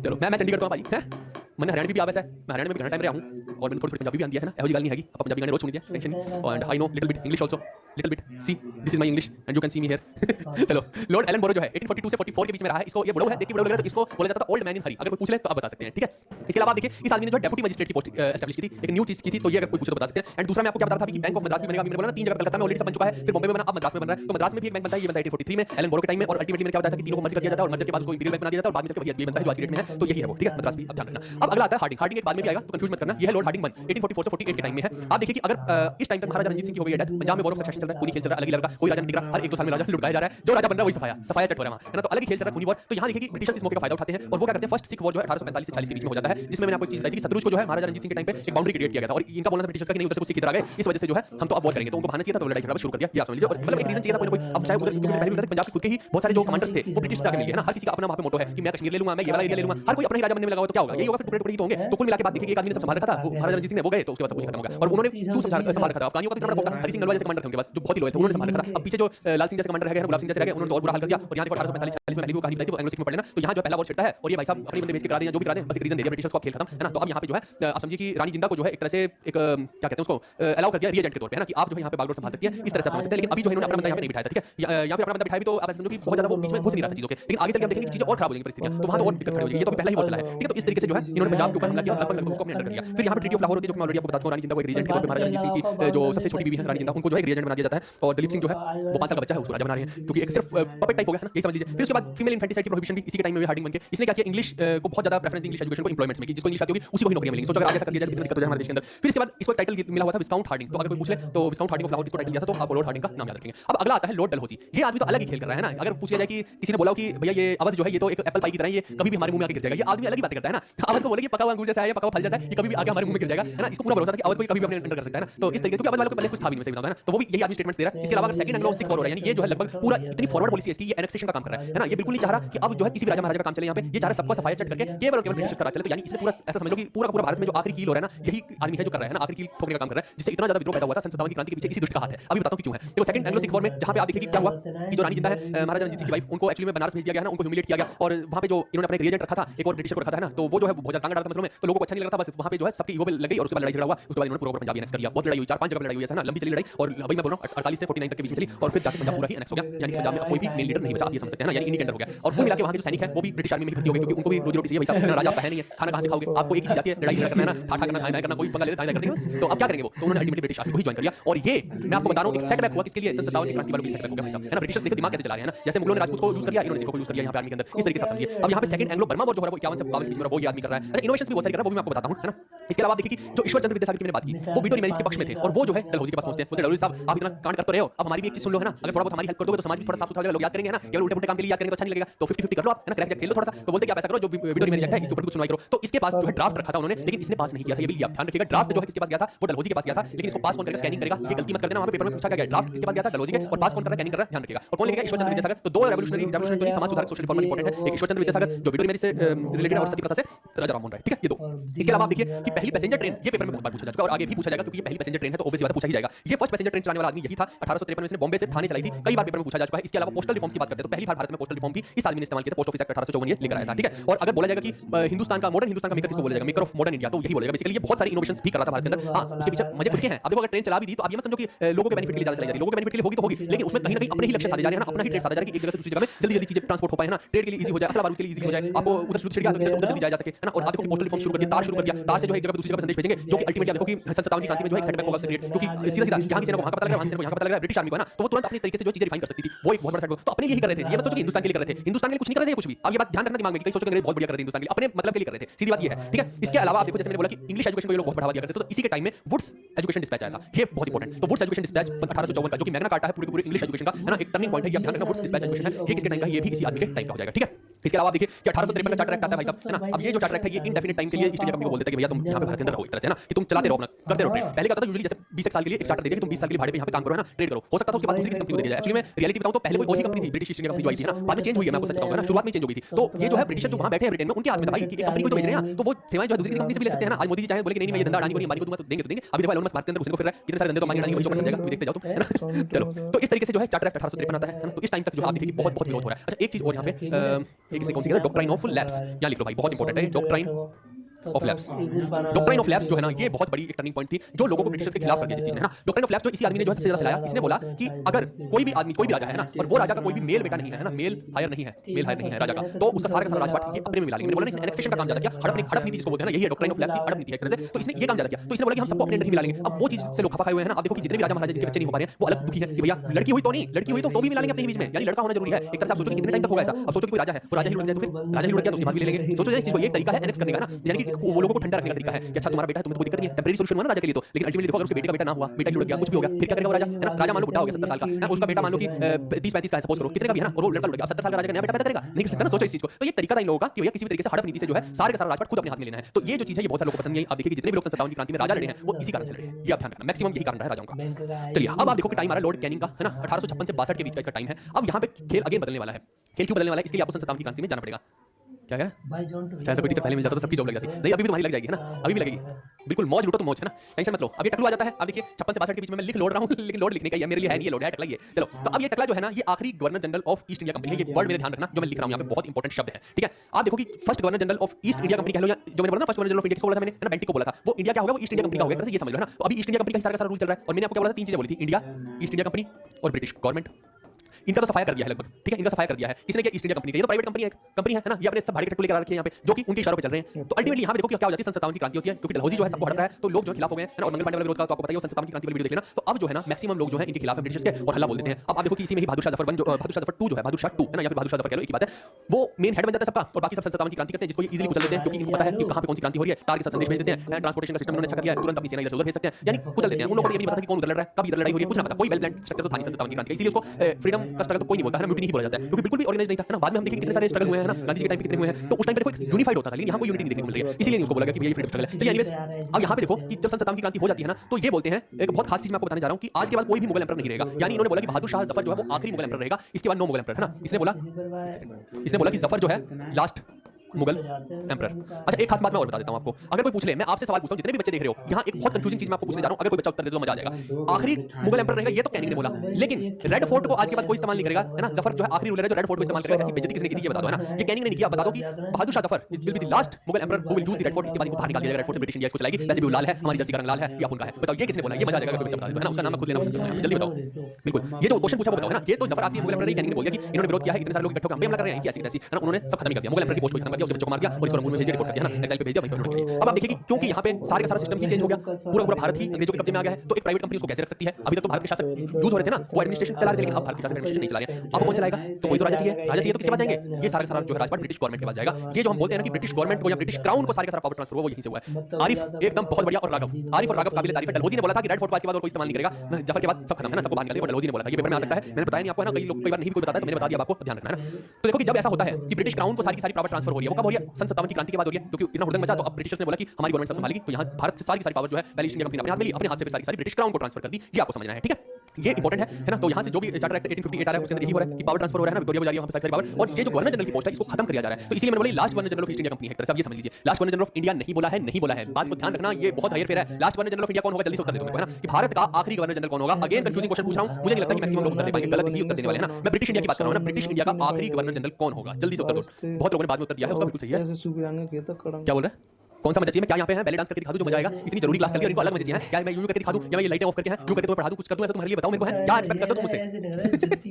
चलो, तो फर्स्ट यहाँ पे जब खत्म होता है तो फर्स्ट वाइसरॉय, यहाँ पे बेसिकली जो है गवर्नर जनरल की पोस्ट हटा के वाइसरॉय की पोस्ट बन जाती है, और फर्स्ट गवर्नर जनरल अगर फर्स्ट वाइसरॉय अगर कोई भारत का पूछ ले, फर्स्ट वाइसरॉय ऑफ इंडिया पूछ ले या ब्रिटिश इंडिया पूछ ले, तो आप इसका नाम लेंगे लॉर्ड कैनिंग का ही नाम लेंगे। और last governor general of East India company को पूछ ले तो भी लॉर्ड कैनिंग का नाम लेंगे, क्योंकि ईस्ट इंडिया कंपनी से लगभग खत्म और ब्रिटिश क्राउन आ गया पिक्चर में। कौन बोला हो दिया इसका? मल्लिका शेरावत का डांस दिखा। हाँ, अब तुम्हें मल्लिका शेरावत बुढ़िया हो गई है, तुम्हारा टाइम है बुढ़िया से खेलने, तो बुढ़िया से खेलो, क्या हो गया तुम्हें? टेस्ट चेंज होता जा रहा है लोगों का, बिल्कुल मैं बता रहा हूँ, हैं? अभी तुम्हारे चने चबाने का टाइम है और तुम क्या कर रहे हो? तुम अभी भी सिप सिप करके पानी पीने की बातें कर रहे हो, क्या होगा तुम्हारा? चलो, अगर इनकम टैक्स किसी ने पहली बार इंट्रोड्यूस किया तो वो भी इसी आदमी ने किया है, इसी गंजे ने किया है, तो ये इस गंजे का नाम याद रखिएगा। बिल्कुल सही बोला इन्होंने। आखिरी गवर्नर जनरल जो है राजा जी नहीं होंगे, माउंटबेटन होगा। राजा जी जो है वो डोमिनियन ऑफ इंडिया के हैं गवर्नर जनरल, समझो, वो डोमिनियन ऑफ इंडिया के पहले गवर्नर जनरल है ना, जिसमें जो है लगभग डोमिनियन स्टेटस भारत को मिल चुका है। वो ब्रिटिशर्स की तरफ से नहीं है आखिरी, समझना, ब्रिटिशर्स की तरफ से आखिरी governor general of India Lord Mountbatten है। वाइसरॉय की पोस्ट तो यहाँ पे आती है, लेकिन गवर्नर जनरल की खत्म नहीं हो रही है। गवर्नर जनरल का काम जो है आप समझिए, उसको कलर वाला काम दे दिया, उसको लिखित वाला काम सारे गवर्नर जनरल को शिफ्ट होगा, लेकिन पावर जो पावरफुल जो वाइसरॉय को शिफ्ट होगा, समझे? तो गवर्नर जनरल की पोस्ट खत्म नहीं किया, जो काम गवर्नर जनरल कर रहा था ना, लीड करने का, कमांडर वाला काम, वो वाइसरॉय को दे दिया। लेकिन गवर्नर जनरल बनते रहते थे ना, वो एक क्लरिकल टाइप वर्क या फिर पैरेलल वर्क कर रहे थे, जो एक डॉक्यूमेंटेशन वाला वर्क है ना, वो आप समझ लीजिए। टकलू, बिल्कुल बिल्कुल ठीक है दोस्तों। तो फर्स्ट वाइसरॉय जो है यही टकलू हो जाएगा, ये ध्यान रखना। और इसने जब इतनी हुड़दंग मचा तो इसने डॉक्ट्राइन ऑफ लैप्स को हटा दिया, ताकि जो है एक बार मामला ठंडा हो सके। अब अगला आता है लॉरेंस बिश्नोई साहब, नहीं लॉरेंस जॉन लॉरेंस भाई, है ना। तो 1864 से 68 के बीच में आ रहा है। इसी के टाइम में भूटान का वॉर हो रहा है 1865 में, है ना, और यहाँ पे जो है असम को और बंगाल को एनेक्स कर दिया जाता है। इसके अलावा नेटिव जुडिशियल सर्विस का जो काम कर रहा है वो भी यही आदमी बना रहा है, और कैनाल वर्क्स और रेलवेज को आगे फ्लरिश करने का काम भी इसने किया है ना। डलहौजी ने तो स्टार्ट किया था, इसने और आगे उसको वाइसरॉय बढ़ाया है। अच्छा, कई बार पूछा जाता है हाई कोर्ट्स के बारे में, तो इसने जो है ना 3 जगह हाई कोर्ट खोली है, कलकत्ता, बॉम्बे, मद्रास, और यही 3 जगह ऐसी थी जिस पे ब्रिटिशर्स पूरा पूरा राजपाट संभाले हुए थे ना। तो इसने जो है 1865 में खोली है 3 हाई कोर्ट, ध्यान रखिएगा, इंपॉर्टेंट है। इसके अलावा आप देखो कि अफगानिस्तान ने इन अंग्रेजों को बढ़ाओगे ना को चबा रखे थे, आपको पता है पहले युद्ध में क्या हुआ था। तो इसने क्या सोचा कि भैया जैसी सिचुएशन वैसी रहने देते हैं, अफगानिस्तान को कैप्चर करने की कोशिश नहीं की। जबकि आप देखिए यहाँ बर्मा में, भूटान में इन्होंने हुड़दंग मचा रखा था, पूरे भारत को कब्जा कर लिया, बर्मा को कर लिया, भूटान को कर लिया, लेकिन अफगानिस्तान में अभी तक नहीं थे। और वहां पे इन्होंने बोला हम करेंगे मास्टरली इनएक्टिविटी, यानी जो जैसा है वैसे रहने दो, यहाँ कोई एक्टिविटी मत करो, ठीक है। तो इसको मास्टरली इनएक्टिविटी बोलते हैं। इसके बाद आप देखिए इंपीरियल फॉरेस्ट डिपार्टमेंट अगर किसी टाइम पे बना तो इसी के टाइम पे बना, डेट्रिच ब्रांडिस ने बनाया था 1864 में, लेकिन इसी के कार्यकाल में बना, तो आपको इसका नाम भी याद रखना है इसमें। फिर आता है आपका मायो। मायो जो है, मायोनीज नहीं है, मायो है 1869 से 72 के बीच में। इसने जो है फाइनेंशियल डिसेंट्रलाइजेशन भारत में किया 1870 में। दूसरा इसने स्टेट रेलवेज को इंट्रोड्यूस किया। तीसरा, अगर कोई पूछ ले कि कौन सा ऐसा वाइसरॉय था जो अपने ही ऑफिस में मारा गया, है ना, तो एक्चुअली में एक व्यक्ति था शेर अली, जिसने आकर इसको वहां पे हड़का दिया अंडमान के अंदर, है ना, पोर्ट ब्लेयर के अंदर 1872 में। तो वहीं इसको ऑफिस में लुटा दिया। तो अगर पूछ ले तो इसका नाम याद रखिएगा। एक पेपर में जो है ना लेटेस्ट में ही इसका क्वेश्चन पूछा गया कि भारत के अंदर फर्स्ट सेंसस इन इंडिया जो किसने करवाया, तो आप देखिए 1872 में इसी आदमी ने करवाया था पहली बार सेंसस। ये ऑफिशियल या वाइड स्प्रेड सेंसस नहीं था, एक नॉर्मल सा सेंसस छोटा मोटा स्टार्ट इसने करवाया था, है ना, ये आप ध्यान रखना, क्योंकि आगे जो है वो कोई और करवाएगा, वो मैं आगे बताऊंगा, अभी के लिए बस इतना याद रखिए, ठीक है। इसके बाद आप देखिए कि department of agriculture and commerce जो है वो कौन बना रहा है। जैसे आपने देखा था ना कि मोहम्मद बिन तुगलक क्या कर रहा था, वो भी क्या कर रहा था, एग्रीकल्चर डिपार्टमेंट में बना रहा था। वैसे ही इसने भी क्या किया, एग्रीकल्चर और कॉमर्स का डिपार्टमेंट बनाया था, ऐसे आप याद करेंगे। इसके अलावा स्टैटिस्टिकल सर्वे ऑफ इंडिया भी इसी ने स्टार्ट किया था। ठीक है दोस्तों, मायो का काम हो गया। मायोनीज का ये आया है एक सबसे बड़ा अजीब आदमी, जिसको बोलेंगे एकदम भोंदू टाइप का, है ना। भोंदू तो क्या, ये आदमी है तो राइटर था, मैं आपको सही से बताऊं, लेकिन राइटर होने के बावजूद इसको पता नहीं गवर्नमेंट ने कैसे अपॉइंट कर दिया, क्योंकि ये किताबी आदमी था थोड़ा सा, है ना। तो ये अलग ही ख्यालों में खोया होता, तो इसका अलग चीज चल रही थी, है ना। पता नहीं ये शायद अपना किताबी ज्ञान ज्यादा झाड़ने में लगा हुआ था। तो इसने क्या किया, इसके टाइम में सबसे ज्यादा वेल्थ ट्रेन की पॉसिबिलिटी भारत के अंदर हुई, सबसे पैसा जो ज्यादा है इसी ने भारत से इंग्लैंड भेजा था, आप ये समझो, है ना। ऐसे लुटा रहा था जैसे पता नहीं इसके बाप दादा छोड़ गए हो, है ना। तो भारत का पैसा ऐसे भेज रहा था उधर पूरा पानी की तरह। उसके अलावा देखिए रॉयल टाइटल्स एक्ट 1876 का जो हुआ है वो भी इसी के टाइम पे। एक्चुअली इसने क्या किया था, पहला दिल्ली दरबार जो है इसी ने चलाया था 1878 के अराउंड में। फर्स्ट दिल्ली दरबार, दिल्ली दरबार, उसके बाद सेकंड वाला कौन चलाएगा, कर्जन चला रहा है ना। तो अभी के लिए आप समझ लो कि इसने फर्स्ट दिल्ली दरबार चलाया था, जिसमें इसने जो है क्या किया था, 2-3 दिल्ली दरबार है, सीधा सीधा आपको वो चीज ध्यान माइंड में रखनी है ना। तो किसको प्रोक्लेम कर रहा है, अपनी महारानी क्वीन विक्टोरिया को प्रोक्लेम कर रहा है कि भैया ये जो है आज से भारत की महारानी है। बताओ, इसको कोई जानता नहीं भारतीय है, भारतीय लोग तो बोल भी नहीं पाते कि विक्टोरिया है कौन भाई। तो ये जो है उसको वहां की महारानी बना रहा है ना, और साथ में उसको कैसे हिंद दे रहा है। तो चलिए एनीवेज क्या कर सकते हैं, इनका राजपाट है, जो करना चाहे, जिस राजा का टाइम था उसने अपने हिसाब से अपने शौक पूरे किए, और क्या हो सकता है। फिर आर्म्स एक्ट जो है 1878 का, ये इसने मैंडेट कर दिया भारतीयों की, भारतीय लोग गन्स रखेंगे तो हमारी परमिशन से रखेंगे, हमसे लाइसेंस लेकर रखेंगे, ऐसे नहीं रख सकते, नहीं तो पकड़ लिया जाएगा। उसके अलावा देखो ये इतना दुष्ट आदमी है, इसने जो है 21 साल की सिविल सर्विस की एज होती थी ना, देखो 21 साल होती थी, इस घटिया इंसान ने उसको 19 साल कर दिया। बताओ, अभी दूध पीते बच्चे यार भारत के अंदर कहां इतने लोग एजुकेटेड, बट भारतीय ना घुस जाए इसके अंदर। भाई साहब 19 साल करेंगे, 19 साल की उम्र में आओगे तुम सिविल सर्वेंट बनना है, उसके बाद नहीं बनूंगा। ये अलग ही चल रहा है भाई साहब, अलग चल रहा है ना। और ये मैक्सिमम एज बोल रहा हूं मैं, मिनिमम नहीं बोल रहा हूं, कई कुछ लोग सोच रहे हैं कि मिनिमम बोल रहा हूं। अब मेरे को रोहित भाई 709754930 रुपए एक बार मैसेज कर देना, फिर बताता हूं, है ना। अरे थाईलैंड में जाने के लिए पैसा लेता था ये तो भैया यहीं भारत में थाईलैंड में आके बैठे थे दुष्ट, इनका क्या ही था यार, क्या बोले, है ना। जिन्होंने किया, जितने तस्वीर भारत के लोगों ने भैया झेले हैं ना, आप मत ही पूछो, है ना। कितने सालों तक मैं तो कह रहा हूं ना, 800-900 सालों तक बेचारे भारत के लोग गुलाम ही रहे हैं यार। कभी किसी का तस्वीर झेल रहे हैं, कभी किसी की तस्वीर झेल रहे हैं। मतलब कैसे सोचो, हम तो बहुत अच्छे टाइम में पैदा हुए, तो दुष्टों के टाइम में पैदा हुए क्या होता, हम तो खुल के कुछ बोल भी नहीं पाते। आज तो देखो जिसको मर्जी मुंह से जो मर्जी निकाल देता है ना, नेताओं की ऐसी तैसी कर देता है, पहले कहां कर पाते थे लोग, है ना। तो ये हो गया, इसने एक दुष्टता पर काम किया। एक इसने जो है प्रेस के ऊपर बहुत ज्यादा स्ट्रिक्टनेस लगा दिया ना, कोई प्रेस वाला इनके खिलाफ कुछ लिख ही नहीं सकता, ये अलग चल रहा था भाई साहब, है ना। तो वर्नाकुलर प्रेस एक्ट वाला भी आपसे पूछा जा सकता है, जिसकी वजह से इसको इतना विरोध हुआ, इसको तो भैया जूते निकालने को मारने को फिर रहे थे लोग, कहीं मिल जाए बदगंजा कर देंगे इसको मार के, ठीक है। और उसी वर्नाकुलर एक्ट को जो रिपील करने का काम होता है 1882 में, वो ये कर रहा है रिपन, ठीक है। ये एक आप दयालु टाइप का मान लीजिए, है ना, बहुत दयालु इसको बोला गया है। जितना दुष्ट पिछले वाला था लिटन था, उससे कहीं ज्यादा दयालु रिपन था, ये आप समझ सकते हैं ना। तो इसने बहुत बढ़िया चीजें की जो ब्रिटिशर्स के लोगों को चुभ रही थी। अभी मैं बताऊंगा आपने क्या क्या की। इसने एक तो पंजाब यूनिवर्सिटी बनाई थी, है ना। अब तो आज की डेट में पंजाब यूनिवर्सिटी पीए लिखा है मैंने, तो पाकिस्तान में रह गई है। और अभी जो है चंडीगढ़ में अगर आप देखेंगे तो चंडीगढ़ में भी एक पंजाब यूनिवर्सिटी, उसी की झलक है ना, यहाँ पे भारत के अंदर भी। तो ये इसी ने बनवाई थी रिपन ने। और इसके बारे में सबसे बड़ी इंपॉर्टेंट चीज तो ये है, अभी मैंने देखो मायो के टाइम में एक इलेक्शन सेंसस के बारे में बताया था, तो इसने जो है ऑफिशियल सेंसस करवाया था, पहला सिंक्रोनाइज्ड ऑफिशियल सेंसस रिपन ने करवाया था। मायो ने सिर्फ पहला करवाया था, वो उतना वाइड स्केल स्प्रेड नहीं था, और ना ही वो कोई सिंक्रोनाइज्ड था, वो केवल एक डेमो टाइप मान लीजिए। लेकिन मेजर अगर किसी ने ऑफिशियली करवाया है, पहले तो रिपन ने करवाया है। ये ध्यान रखना, पेपर में क्वेश्चन क्या पूछ रहा है, बहुत दाव पेच है आज के सेशन में, बहुत टेढ़ा सेशन है आज का, इसलिए मैं कुछ ज्यादा हंसी मजाक नहीं कर पा रहा हूं। मैं अगर कुछ गलत बता गया तो फिर आप मेरे से जरूर सर आपने उल्टा सुल्टा बता दिया था ना, बहुत उल्टी चीजें चल रही हैं आज के सेशन में, ध्यान रखना, दाव पेच है बहुत उल्टे पुल्टे, ठीक है। इसके अलावा देखिए इसने जो किया, लोकल सेल्फ गवर्नमेंट का प्रपोजल पास किया, ये एक टर्निंग पॉइंट था अपने आप में। आज आप हमारे संविधान के अंदर जो म्युनिसिपैलिटी देखते हो, पंचायत देखते हो, वो इसी की उपज थी। इसने बोला कि भैया लोकल लेवल पे भी एडमिनिस्ट्रेशन होनी चाहिए, और इतने छोटे-छोटे मुद्दों को हमारे यहाँ पे सेंट्रल एडमिनिस्ट्रेशन में क्यों लेके आया जा रहा है, तो सीधा वहां पे लोकली ही सॉल्व हो जाए, है ना। और लोग जो है गवर्नमेंट में इन्वॉल्व रहेंगे, और इसका एक्चुअली ब्रिटिश को फायदा क्या होता है मैं बताता हूं। अगर आप सोचो कि आप अपने ही गांव में ये सीख गए कि किसको आपको माई बाप बोलना है ना, तो सोचो कि अगर ब्रिटिशर आएगा तो आप क्या बोलोगे ना, ये बोलेगा ना कि तुम्हारे गांव के हेड का भी हेड आया है ना, तो बाप का भी बाप आ जाएगा, तो सोचो उसके सामने लोग नतमस्तक हो जाएंगे। यानी लोगों के अंदर एक सेंस ऑफ एडमिनिस्ट्रेशन डेवलप करने के लिए कि भैया तुम्हारा राजा कौन है, तुम्हें कैसा बिहेव करना है उसके सामने, ये भी फायदा मिल रहा है। तो ये बहुत बढ़िया चीज इसने अपने आप में की। लेकिन सबसे कंट्रोवर्शियल चीज इसके टाइम पे अगर हुई तो इल्बर्ट बिल हुआ। अब आप सोचेंगे कि ये क्या हुआ है, कौन कह रहा था मुझे लेने हैं थोड़े से, हां इन इनोसेंट है की शक्ल है बहुत, है बोला अब मैं बताता हूं इल्बर्ट बिल का खेल। ये शायद आपको थोड़ा सा एक अजीब सी सिचुएशन लगेगी, ये क्या खेल हो गया। आप देखो कि इससे पहले, इसके आने से पहले क्या होता था कि कोर्ट में जैसे मान लो कि अगर कोई यूरोपियन है, यूरोपियन, ठीक है, तो आप देखो कि इसका जो ट्रायल होगा ना, इसने कुछ भी पंगा कर दिया, कोई भ्रष्टाचार कर दिया, मैक्सिमम यूरोपियन लोग जितने भी आप ब्रिटिश वगैरह देखते थे सब भ्रष्ट थे यहाँ पे, है ना। ये अपनी ही जेबें भर रहे थे, ये अपनी नेशन का जो कर रहे थे थोड़ा बहुत कर रहे थे, अपनी जेबें भर रहे थे ये लोग, है ना, खुद भी अमीर हो रहे थे। वही जैसे करप्शन वाली बात होगी वैसे समझ लीजिए। तो यहाँ पे क्या हो रहा था, बहुत सारे केसेस करप्शन के चलते थे। तो होता क्या था कि यहाँ जो जज है ना, वो यूरोपियन जज ही होता था जो इनको ट्रायल करता था, यूरोपियंस को, ठीक है। यानी कि कोई भी भारतीय जज जो है ना, क्योंकि इस टाइम तक भारतीय लोग भी बहुत सारे जज बन चुके थे ना, तो भारतीय जज कभी भी यूरोपियंस को ट्रायल नहीं कर सकता था, यानी उनको फैसला नहीं सुना सकता था। लेकिन इसने आगे क्या बोला, इसने बोला कि नहीं नहीं, अब जो इंडियन वाला जज है ना, वो भी यूरोपियंस को फैसला सुना सकता है। यहाँ खेला हो गया भाई साहब, ये तो बड़ा कलेश मच गया, यूरोपियन सारे इसके अगेंस्ट चल रहे हैं, ऐसा कैसे हो गया। हम इस काले पीले आदमी से थोड़ी केस सुने, बेसिकली इंफीरियर कॉम्प्लेक्स दे रहे थे ना, क्योंकि इंडियंस को जो है उतना रेपुटेड समझा नहीं जा रहा था ब्रिटिश के द्वारा, इतने टाइम से चलते आ रहे थे। तो उन्होंने सोचा कि एक इंडियन कैसे हमें ऐसा कर देगा। सोचो इंडियन आदमी तो बंदक बिठाएगा कितने दिनों की है, वो तो पैसे भी नहीं खाएगा। यहाँ तो यूरोपियन को पैसे खिला के जैसे करके और बच जाएंगे, लेकिन यहाँ इंडियन को पैसे खिलाएंगे और उसने नहीं खाया, ईमानदार देश को खिला फाड़ कर देगा बिल्कुल। तो ऐसे ऐसे ट्रायल चलेंगे, ये दिखाई नहीं देंगे कहीं, तो बहुत कलेश मचा इस चीज में। पर फाइनली मामला सल्टा कहां पे सेटल हुआ कि इन्होंने बोला कि चलो ऐसा करते हैं कि 50% इंडियन और 50% जो यूरोपियन रख लेंगे केस में, बेंच में, है ना। तो यानी कि अगर 4 लोग हैं मान लो, तो ये दो जो है, ये दो तो हो जाएंगे यूरोपियन और ये दो जो है इंडियन हो सकते हैं। मतलब उन्होंने बोल दिया है ना कि मिनिमम जो है 50% यूरोपियन होने जरूरी है, यानी कि अगर 4 हैं तो 2 यूरोपियन होने जज जरूरी है, 4 लोग फैसला सुना रहे हैं और 3 यूरोपियन भी हो सकते हैं। लेकिन ऐसा नहीं हो सकता कि 3 इंडियन हो जाए और 1 यूरोपियन, ये नहीं हो सकता, क्योंकि फिर तो बात फिर वही होगी, फिर तो इंडियन वाली की मेजॉरिटी होगी ना। तो ये था इल्बर्ट बिल कंट्रोवर्सी, ये आप ध्यान रखना। फिर फेमाइन कोड का कि फेमाइन भारत के अंदर आते हैं, उसके लिए बहुत सारे जो है इसने सिस्टम क्रिएट किए, तो वो किसी को जाता है पूरे प्रोसेस। इसके अलावा हंटर कमीशन जो एजुकेशन के अंदर रिफॉर्म लाने का, वो भी रिपन को जा रहा है, जिसमें इसने क्या किया, एक अच्छा काम किया कि जो 19 साल देखो उसने कर दी थी, पहले वाला डल होती है ना, फिर धीरे-धीरे कईयों ने 18 भी कर दी ना। तो आप देखो कि यहाँ पे जो है इसने क्या किया, 18 से बढ़ा के 21 साल कर दी एज को जो है सिविल सर्विस के अंदर। अच्छा वो लिटन ने की थी ना 19 वाली, तो इसने जो है 21 कर दी वापस से, 21 साल के जो तक के लोग जो है वो भी सिविल सर्विस का एग्जाम दे सकते हैं। इसके अलावा जो लैंड रेवेन्यू पॉलिसी है उनके अंदर भी थोड़ा सा इसने सिस्टम ठीक किया, क्योंकि बहुत सारे लोग त्रस्त थे टैक्सी से, लैंड रेवेन्यू पॉलिसी से, वो भी इसने ठीक करने की कोशिश की, जो कर सकता था उसने किया। बेसिकली यहाँ पे थोड़ी सी हम्बलनेस आ चुकी है इस टाइम तक। बिल्कुल बिल्कुल, ये बोले कि क्लास करने के बाद आप बुक पढ़ लेते हो तो बहुत जल्दी याद हो जाता होगा ही याद, क्योंकि मैं इस तरीके से आपको बता रहा हूं। और जो दाव पेच है ना, खुद पढ़े होंगे ना, जैसे कोई बच्चा पीडीएफ पढ़ता है, पीडीएफ से दाव पेच कभी भी नहीं आप सीख सकते हो, वो बहुत मुश्किल है दाव पेच सीखना, है ना, क्योंकि छोटी-छोटी चीजें होती हैं, देखिए उन्हीं से गलतियां हो जाती हैं। जबकि मैं वो चीजें क्लास में कवर करता जा रहा हूं तो उससे गलती नहीं होगी कभी भी, और जब बुक पढ़ोगे तो बहुत फास्ट स्पीड में पढ़ोगे।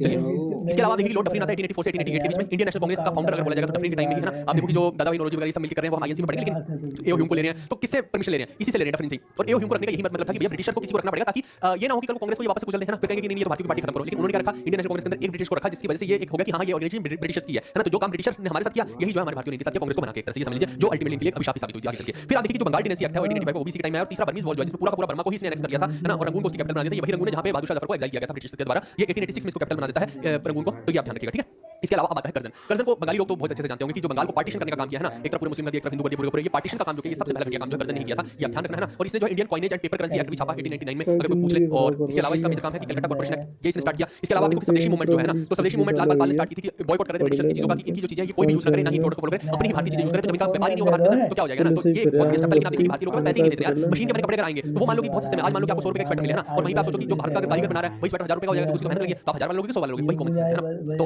ये मूवमेंट्स चलती थी, फिर बंद हो जाती थी, क्योंकि लोग कितना झेलेंगे यार, नहीं कर पाते थे लोग इतना हैंडल, ठीक है। तो ये एक चीज है, लाल बाल पाल और दो क्वेश्चन स्टार्ट की थी इसी के ड्यूरेशन में। इसके अलावा जो मुंडा रिबेलियन है जिसमें बिरसा मुंडा साहब ने जो लीड किया था, वो भी इसी के टाइम हुआ है। और पार्टीशन ऑफ बंगाल 1905 जो वो भी इसी के टाइम में ही हुआ है। और एक दिल्ली दरबार इसके टाइम में हुआ है, वो आपने लिखा भी होगा दिल्ली दरबार, अच्छा इसके में नहीं लिखा क्या, ये ध्यान रखना, ठीक है। इसके में भी हुआ सेकंड बार। चलिए अब अगला आता है लॉर्ड विंटन 1905 से 1910 के बीच का इसका टाइम है। और जमशेद जी टाटा जी जो है वो एस्टैब्लिश करते हैं डिस्को, आज के डेट में आप डिस्को देखते हैं ना, तो वो ये जो टाटा फैमिली पूरी पूरी है ना, इसको स्टार्टिंग जमशेद जी ने टाटा ने किया था, तो ये वही टाटा है, ठीक है। इसके अलावा न्यूज़पेपर एक्ट 1908 इसने पास किया है। फिर आप देखिए जो मुस्लिम लीग की स्थापना हुई है वो भी इसी के ड्यूरेशन में हुई है। 1906 के अंदर मुस्लिम लीग की स्थापना होती है। रियल फाउंडर हम जिन्ना को बोलते हैं, लेकिन जिन्ना ने स्टार्ट नहीं की थी मुस्लिम लीग, है ना, वो हम अलग से भी पढ़ेंगे। ये आगा खान ग्रीन और ख्वाजा सलीमुल्लाह ने स्टार्ट की मुस्लिम लीग 1906 के अंदर, ठीक है भाई। इसके अलावा फाउंडेशन स्टोन अगर देखा जाए विक्टोरिया मेमोरियल का, वो भी इसी के टाइम पे रखा गया। और कांग्रेस का स्प्लिट जो है 1907 जिसमें हम पढ़ते हैं कि चप्पल जूते टमाटर सब चले थे ना, तो वो जो एक्सट्रीमिस्ट और मॉडरेट्स आपस में भिड़ गए थे, वो सारा मैं पढ़ाऊंगा आपको, अलग टाइम में पढ़ाऊंगा, तो वो सारा भी इसी ड्यूरेशन में हुआ है। फिर इसके अलावा आप देखिए इंडियन काउंसिल एक्ट 1909 का जो है, जिसको हम मॉरले मिंटो रिफॉर्म बोलते हैं, वो भी इस टाइम पे हुआ है, वो भी वाले मिंटो के टाइम पे होगा। फिर आप देखिए इसमें आपने देखा कि कम्युनल इलेक्टोरेट होता है ना, कि कम्युनिटी के आधार पे जो है वहां पे इलेक्शंस होंगे, इलेक्टोरेट हो जाएंगे, अच्छा इनको जो है यहां पे यही आदमी खड़ा हो सकता है, इसी जात का आदमी खड़ा हो सकता है, इसी कम्युनिटी का हो सकता है। तो ये बड़ा दिक्कत हो गई थी पैदा, है ना, तो ये इसने करवा दिया। फिर इसके अलावा इंडियन प्रेस एक्ट 1910 इसने पास कराया। स्वदेशी मूवमेंट जो है इसी के ड्यूरेशन में हुई थी, चल रही थी, मतलब क्योंकि एक मूवमेंट एक दिन नहीं चलती थी ना, कुछ साल तक चलती रहती थी। फिर आप देखिए आता है लॉर्ड हार्डिंग 2। अब देखो कि कर्जन के टाइम में सेकंड दिल्ली दरबार तक था, अब तीसरा दिल्ली दरबार आ गया, थर्ड दिल्ली दरबार 1911 के अंदर, है ना। और यहां पे देखो कि ये बोलता है कि पार्टीशन ऑफ बंगाल को वापस बुला लेते हैं ना, मतलब कि खत्म कर देते हैं कि हां हम बंगाल को पार्टीशन नहीं करेंगे, दिखाने की और दिखाने की। और आप देखिए यहां पे एनुअल तो कर रहा है पार्टीशन ऑफ बंगाल की, कौन, किंग जॉर्ज 5 जिसको दिल्ली दरबार में बुलाता है, लेकिन साथ ही साथ क्या कर रहा है, कलकत्ता से दिल्ली में शिफ्ट कर रहा है, कैप्टन की अलग ही हसरतें चल रही है, है ना, कलकत्ता से दिल्ली में शिफ्ट कर रहा है भाई, मजे मार रहे हैं। 1911 में हो रहा है, ठीक है। या कौन आता है, किंग जॉर्ज 5 आता है, उसका कोरोनेशन किया जाता है, पूरा फुल ऑन यहां पे अलग सिस्टम चल रहा है। और यहां पे आप देखिए कि जहां बंगाल की पार्टीशन को वापस लिया जाता है, वहीं साथ ही साथ क्या कर रहा है, फिर से उसमें क्या कर रहा है, बिहार और उड़ीसा को अलग करने की कोशिश कर रहा है। जबकि आप देखिए उस टाइम का तो लगभग बिहार भी बंगाल का ही पार्ट है, लेकिन क्या कर रहा है, बिहार और उड़ीसा को अलग करता है। बहुत तेज खिलाड़ी है, पता क्या अलग कर दिया, तो दोबारा कर दिया, तो हो जाती है उस चीज में। और वर्ल्ड वॉर भी इसी टाइम पे ही चल रहा है 1914 से 1918 के बीच में, जिसमें बहुत सारे भारतीयों से अपील की जाती है कि आप जो है वर्ल्ड वॉर में भाग लीजिए और हमारी मदद कीजिए, और करते भी बहुत सारे लोग हैं। पंजाब के कितने लोग जो है अभी जानने के लिए बेगानी युद्ध है, युद्ध भी भारतीयों का नहीं है, मरने के लिए भारतीय जा रहे हैं। पंजाब के कितने लोग चले गए ना मरने के लिए, आप देखिए दिलजीत की मूवी भी है ग्रुप, सज्जन सिंह ग्रुप देख लेना वो। फिर इसके अलावा कोमाघाटा मारू इंसिडेंट होता है, ये मैं पढ़ाऊंगा डिटेल में, अभी नहीं बता रहा, कैनेडा को शिप जा रहा है तो वो सब बताऊंगा, अभी यहां पे बता रहा है ना, बाबा गुरदीप वाला है ये। तो अभी के समय लोग कोमाघाटा मारू इंसिडेंट 1914 का होता है इसी के टाइम पे। मैकमोहन की जो बॉर्डर लाइन है इंडिया और चाइना के बीच में, वो भी इसी के टाइम पे होती है। रिफॉर्म जो है वो हम यहां पे 1915 वाली जो है देखने को मिलती है। महात्मा गांधी जो है वो साउथ अफ्रीका से भारत में आ रहे हैं 1915 के अंदर, है ना, हमें पता है। तो वो भी इसी के टाइम में हो रही है, ड्यूरेशन देखो ना, इस टाइम पे बहुत सारी चीजें हो रही है, वो मैं सारी आपको बता रहा हूं। फिर हिंदू महासभा के फॉर्मेशन कौन कर रहा है, ट्रिपल एम, मदन मोहन मालवीय, है ना। और यही हिंदू महासभा का आगे चल के लीड वीर सावरकर करते हैं ना, तो मतलब कि ये वही हिंदू सभा है ना, वीर सावरकर बनी है, तो वो समझ लेना। इसके अलावा बनारस हिंदू यूनिवर्सिटी जिसको बीएचयू के नाम से आप जानते हैं, वो भी इसी के ड्यूरेशन में बनती है।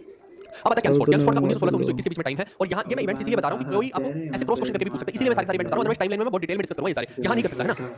हाँ सब मोहमाया, ठीक है भाई, मोहमाया ही तो है सब कुछ। चलो formation of India home rule movement है, बाल गंगाधर तिलक और एनी बेसेंट, ये देखो होम रूल मूवमेंट 1916 वाली इसी ड्यूरेशन में हो रही है। इसके अलावा देखो मॉन्टेग ऑगस्ट डिक्लेरेशन 1917 के टाइम पे हो रही है। चंपारण सत्याग्रह चंपारण के अंदर बिहार के अंदर वो भी हो रहा है। लखनऊ पैक्ट जिसमें सब आपस में मिल जाते हैं ना, इंडियन नेशनल कांग्रेस के अंदर जो एक्सट्रीमिस्ट हैं मॉडरेट्स हैं वो भी आपस में मिल जाएंगे, फिर मुस्लिम लीग के साथ सुलह कर लेंगे और सब एक साथ हो जाएंगे इस पूरे लड़ाई में। फिर इसके अलावा जलियांवाला बाग में सेक्रेटरी जनरल ओडवर्ड डायर जो है इधर कदम मचाता है पंजाब के अंदर, जलियांवाला बाग में अमृतसर गोल्डन टेम्पल के पास ही है ना, तो वो देखो 1919 के बीच में है ना, उसी के बीच में हो रहा है ये हो गया। फिर आप देखिए लॉर्ड रीडिंग आता है 1921 से 1926 के बीच में, ये क्या कहता है, रिपील कर देता है प्रेस एक्ट 1910 का, है ना। तो पहले जो प्रेस एक्ट 1910 लॉन्च किया गया था, अब ये रिपील कर देता है, खत्म कर देता है। और ये क्या करता है, रोलेट एक्ट 1919 को भी रिपील कर देता है ना, जिसके अंदर क्या था कि कहीं भी चार लोग इकट्ठा नहीं हो सकते और बिना कोई दलील के, बिना वकील के सीधा लोग को अंदर किया जा रहा था, है ना। और इवन जनरल डायर ने तो क्राउलिंग एक्ट पास कर दिया कि कोई भी निकलेगा तो ये रेंग निकलेगा, वो सब चीजों को ये खत्म करता है, ठीक है। फिर इसके बाद अघोरी रोबरी कांड होता है 1925 का, है ना। इसके बारे में मैं डिटेल में बताऊंगा पूरी कैसे ट्रेन को लूटा जाता है, क्या होता है, कैसे किन लोगों को फांसी दी जाती है, लेकिन होता है इसी के कार्यकाल में। फिर आप देखिए कि चोरी चोरा इंसिडेंट होता है, जो गांधी जी की इतनी बड़ी मूवमेंट चल रही है, तो सारी की सारी नॉन कॉर्पोरेशन मूवमेंट का लिमिट यही होता है, वो वापस लेते हैं। तो चोरी चोरा इंसिडेंट और मोपला रिबेलियन जो केरला में होता है इसी ड्यूरेशन है इसके में। इसके अलावा रेलवे बजट को एक सेपरेट बजट के तौर पे ट्रीट किया गया, मेन बजट में नहीं रखा गया, रेलवे को अलग से बजट दिया गया था, वो इसी टाइम पे और ये 2016 तक पूरा कल्चर चलता रहा। इसके अलावा आप देखिए कि डिसाइड किया इसने होल्ड करने के लिए आईसीएस एग्जाम, मतलब इंडियन सिविल सर्विस एग्जाम केवल लंदन में नहीं होंगे, अब दिल्ली में भी होंगे एक तरह से, तो दोनों में साइमल्टेनियसली होंगे, ये इसने स्टार्ट किया, बहुत बढ़िया काम। इसके बाद इरविन आता है, इरविन से कैसे लोग कनेक्ट करते हैं, देखिए कि इरविन के ही टाइम में देखिए गांधी जो बात कर गांधी इरविन पैक्ट आप याद कीजिए ना, जिसमें कि गांधी जी के ऊपर बार-बार इल्जाम लगता है कि भगत सिंह की फांसी को रुकवा सकते थे, लेकिन उन्होंने बिल्कुल पटकी, वो इरविन है ना। तो गांधी इरविन पैक्ट इसी टाइम का है। और जो भगत सिंह राजगुरु और सुखदेव की फांसी होती है वो भी इसी टाइम पे होती है,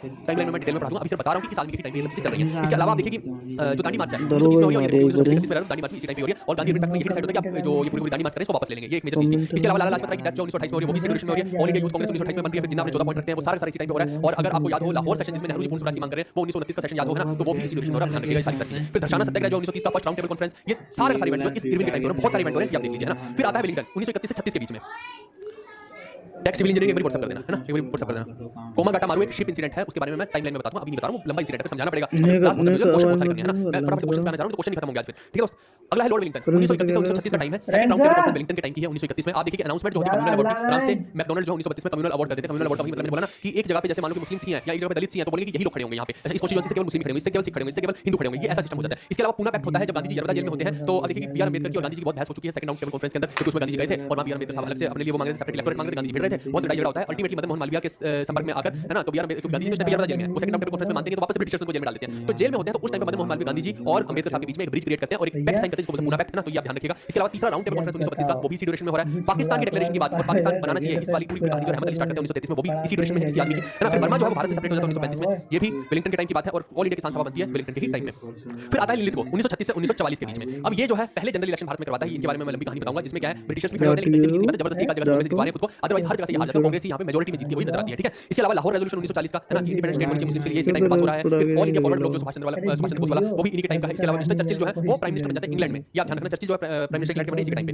फिर आता है क्रिप्स मिशन इसी के टाइम पे 1942 का। फिर इंडियन लीजन बनती है 1942 में, क्विट इंडिया मूवमेंट 1942 की होती है। सारा डिटेल में मैं पढ़ाऊंगा, टाइमलाइन में टेंशन मत लेना, इसलिए मैं बता रहा हूं कि इवेंट कौन से टाइम पे हुए हैं। फिर इंडियन नेशनल आर्मी जो है इसी टाइम पे बनती है, Bengal famine, divided with slogan at Karachi session by Muslim League, ये सब चीजें जो है इसी आदमी के टाइम पे हो रही हैं, ठीक है। अब आता है वेबल आता है 1944 से 47 के बीच में। वेबल प्लान और शिमला कॉन्फ्रेंस दोनों बहुत इंपॉर्टेंट है, क्या-क्या उसमें डिसाइड हुआ था, है ना, जिन्ना साहब क्या बोल रहे थे, नेहरू साहब क्या बोल रहे थे, वो हम टाइमलाइन में समझ लेंगे। फिर राजा जी अपना एक फार्मूला लेके आते हैं, राजा जी मतलब जो गांधी जी के क्या थे समझते हैं ना, राजा जी उनके बारे में बात करेंगे। तो सीआर फार्मूला लेके आते हैं 1944 में, उसके बारे में बात करेंगे। फिर रॉयल इंडियन नेवी मीटिंग हुई थी, पूरा जहाज जो इनके खिलाफ ब्रिटिश के खिलाफ आ गया था, और खुद जो है इंडियन कांग्रेस वाले ब्रिटिश का साथ दे रहे थे उस चीज में, है ना। और उसके बाद आईएनए के ट्रायल्स होते हैं, बहुत सारे नेवल म्यूटिनी होती है, और ये सब जो है इसी लेवल के टाइम की बात है। इसके अलावा कैबिनेट मिशन प्लान भी इसी टाइम पे आया है।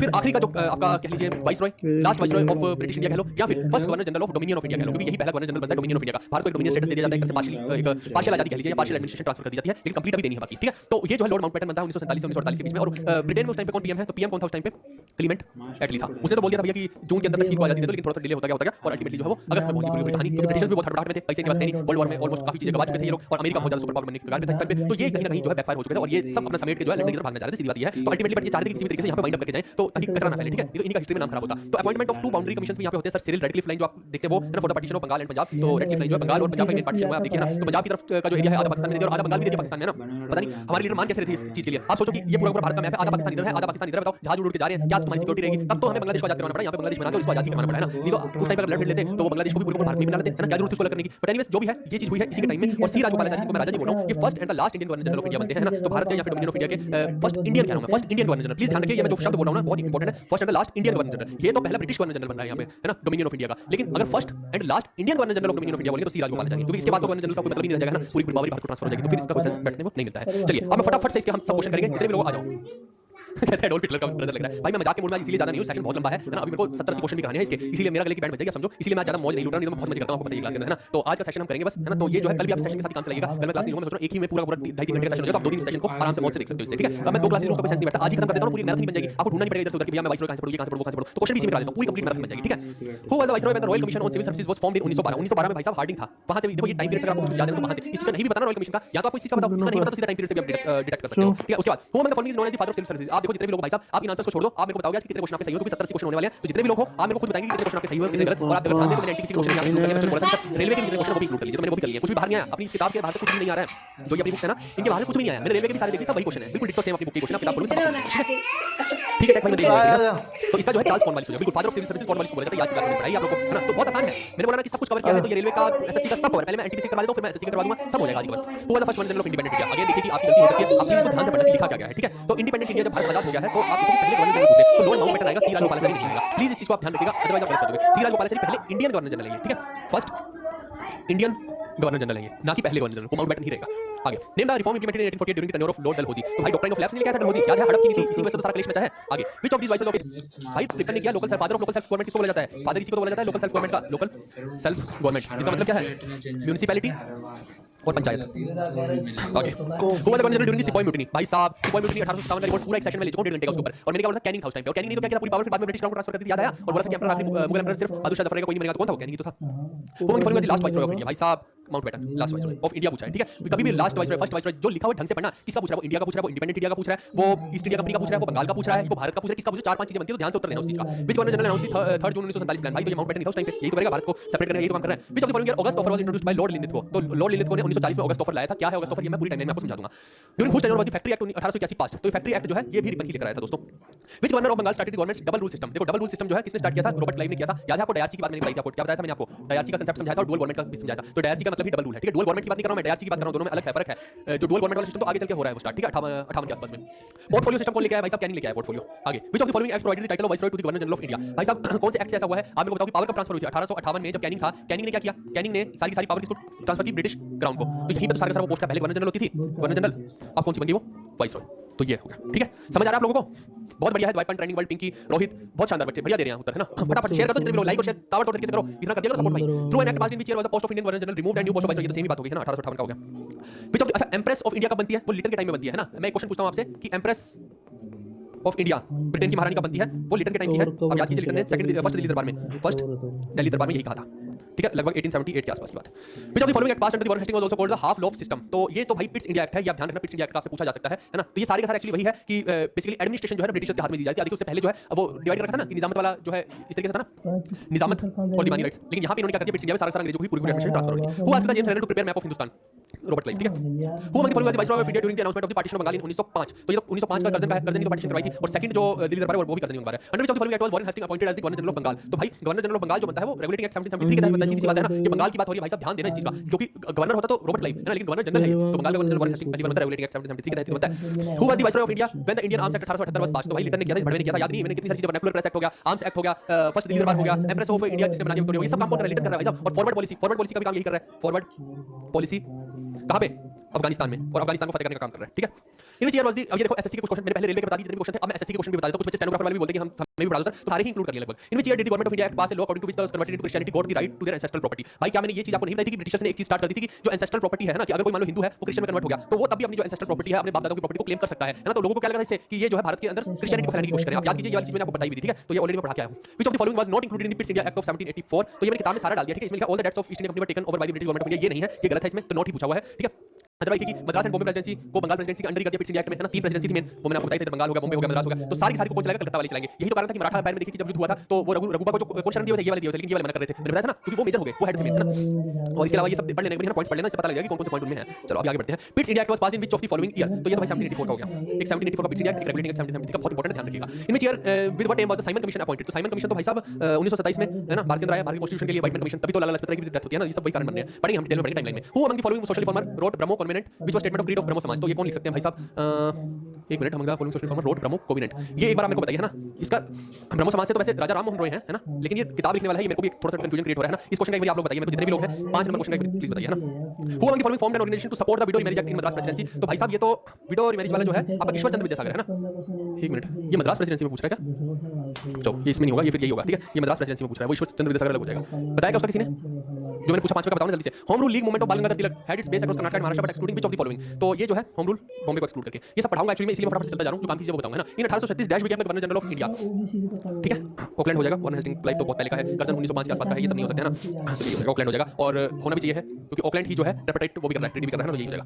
ऑल इंडिया किसान सभा वाज फाउंडेड इन लखनऊ इन अप्रैल, तो ये ऑल इंडिया किसान सभा के बारे में तो आज मैंने बताया भी था ना, 1936 में पूरी हुई। In which of the following year was the child marriage state act pass? तो ये 1929 का, यही इसी टाइम पे लाहौर सेशन भी होता है, याद कीजिए। हां वो पंटुलू ही है, बिल्कुल सही बताया है। उसका किसी ने बताया? उसका एक बार बताओ मेरे को ना। अच्छा राजा राम मोहन रॉय बता रहे हैं ना, ठीक है? In which of the following year was a Hindu college in Banaras established to impart education from ancient Sanskrit text? तो ये 1791 में। Who was the vice of India when India arms act था? रिटर्न नहीं तो किया, इसी आदमी ने तो बहुत कुछ किया है ना। In which of the following year was the first intervention of the British government in East India company territorial affairs? तो ये तो इंटरवेंशन पहली बार रेगुलेटिंग एक्ट के तहत ही तो हुआ है, यही मतलब गवर्नमेंट पोस्ट बंगाल के अंदर क्रिएट की गई है। In which of the following year was Hindu widow marriage declared legal in India? तो ये भाई 1856 के आसपास की बात है ना? आप याद कीजिए मैंने आपको क्या बोला था कि जो डलहौजी है, डलहौजी के पास क्या किया था? ड्राफ्ट किया था, ठीक है? ड्राफ्ट किया था, और जो बाद में पास किसने किया है? कैनिंग ने पास किया है, और वो आप सोचो कि यही टाइम है कैनिंग का भी, है ना? 1857 का रिवोल्ट होता है ना, तो आप देखो कि उससे पहले डलहौजी था, डलहौजी के तुरंत बाद कैनिंग है, तो 56-57 के आसपास में कैनिंग आ चुका था, तो वो करता है, ठीक है? इस तरीके से आप कर सकते हो। Who among the following founded Asiatic society of Bengal? तो ये अभी हम पढ़ेंगे हालांकि बाद में, चलिए कोई बात नहीं। Who among the following signed the treaty of Allahabad in August 1765? Shah Alam वाला, शुजा उद दौला वाला, याद कीजिए आप, है ना? तो ये रॉबर्ट क्लाइव के साथ कौन-कौन है? इस तरफ था मीर कासिम, और दूसरा शाह आलम II, और तीसरा शुजा उद दौला, ठीक है? शुजा सिराज नहीं है, शुजा उद दौला अवध वाला, ठीक है? नाम नहीं लिखा मैंने, लिख दिया आपको नाम। After which of the following act India come to be governed in the name of British crown? तो 1858 के बाद क्राउन को ट्रांसफर हो गई, सारी बात कहां गया? ये रहा। Which of the following commission was set up to investigate the incident of Jallianwala Bagh massacre 1919? तो भाई साहब ये हंटर कमीशन था, एक हंटर कमीशन एजुकेशन वाला है, उसके साथ कंफ्यूज मत कर देना, ये अलग है, वो अलग है, ठीक है? Who among the following was leader of गरम दल, ए ग्रुप ऑफ रेडिकल नेशनलिस्ट? तो लाल बाल पाल, कहीं पे आप देखिए कि कहां है? ये रहा, लाल बाल पाल में, ठीक है? तो इसको नाम कैसे याद रखेंगे? लाल बाल और पाल, ठीक है? बिपिन चंद्र पाल हो गया, बाल गंगाधर तिलक हो गया, और आपका लाला लाजपत राय हो गया, ठीक है? अच्छा वो देवेंद्रनाथ टैगोर ही होगा ना, ठीक है उसको मैं लिख देता हूँ एक बार आपको, है ना। वो मेरे को लग रहा है कि वो मेरे को इसी कंफ्यूजन होगा, सोसाइटी की वजह से कंफ्यूजन हो गया था। क्या हो रहा है भाई, चलो मैं एंड में लिख दूंगा, क्या हो गया इसको, आज हैंग क्यों कर रहा है इतना, कहाँ गया वो, मैं उसको कर देता हूँ, मार्क ही कर देता हूँ, ये तो भूल जाएंगे फिर आप बाद में परेशान होंगे, ठीक है। तो इसका जो है ये नहीं होगा, यही होगा, ठीक है। वो मेरे को वही कंफ्यूजन होता है क्योंकि ब्रह्मो समाज राजा राम मोहन रॉय, लेकिन ये बुक की बात कर रहा है तो बुक फिर हो सकती है देवेंद्रनाथ टैगोर की हो। चलो आगे बढ़े, कौन सी स्लाइड पे हम पहुंचे थे, 77 पे थे ना। चलो अब इस पे पढ़ते हैं। Under which of the following act was Warren Hastings appointed as the governor general of Bengal. तो ये तो भाई रेगुलेटिंग एक्ट 1773 में ही तो ये हुआ है कि बंगाल के अंदर जो उसको गवर्नर जनरल बना दिया, याद कीजिए ना, उसी के तहत तो वो गवर्नर की पोस्ट खत्म करके गवर्नर जनरल ऑफ बंगाल बन गई थी, है ना। When was the first round table conference started by British government in London. तो फर्स्ट राउंड टेबल कॉन्फ्रेंस का टाइम है 1930 का, फिर 31 में दूसरी, फिर 32 में तीसरी हो जाएगी, है ना।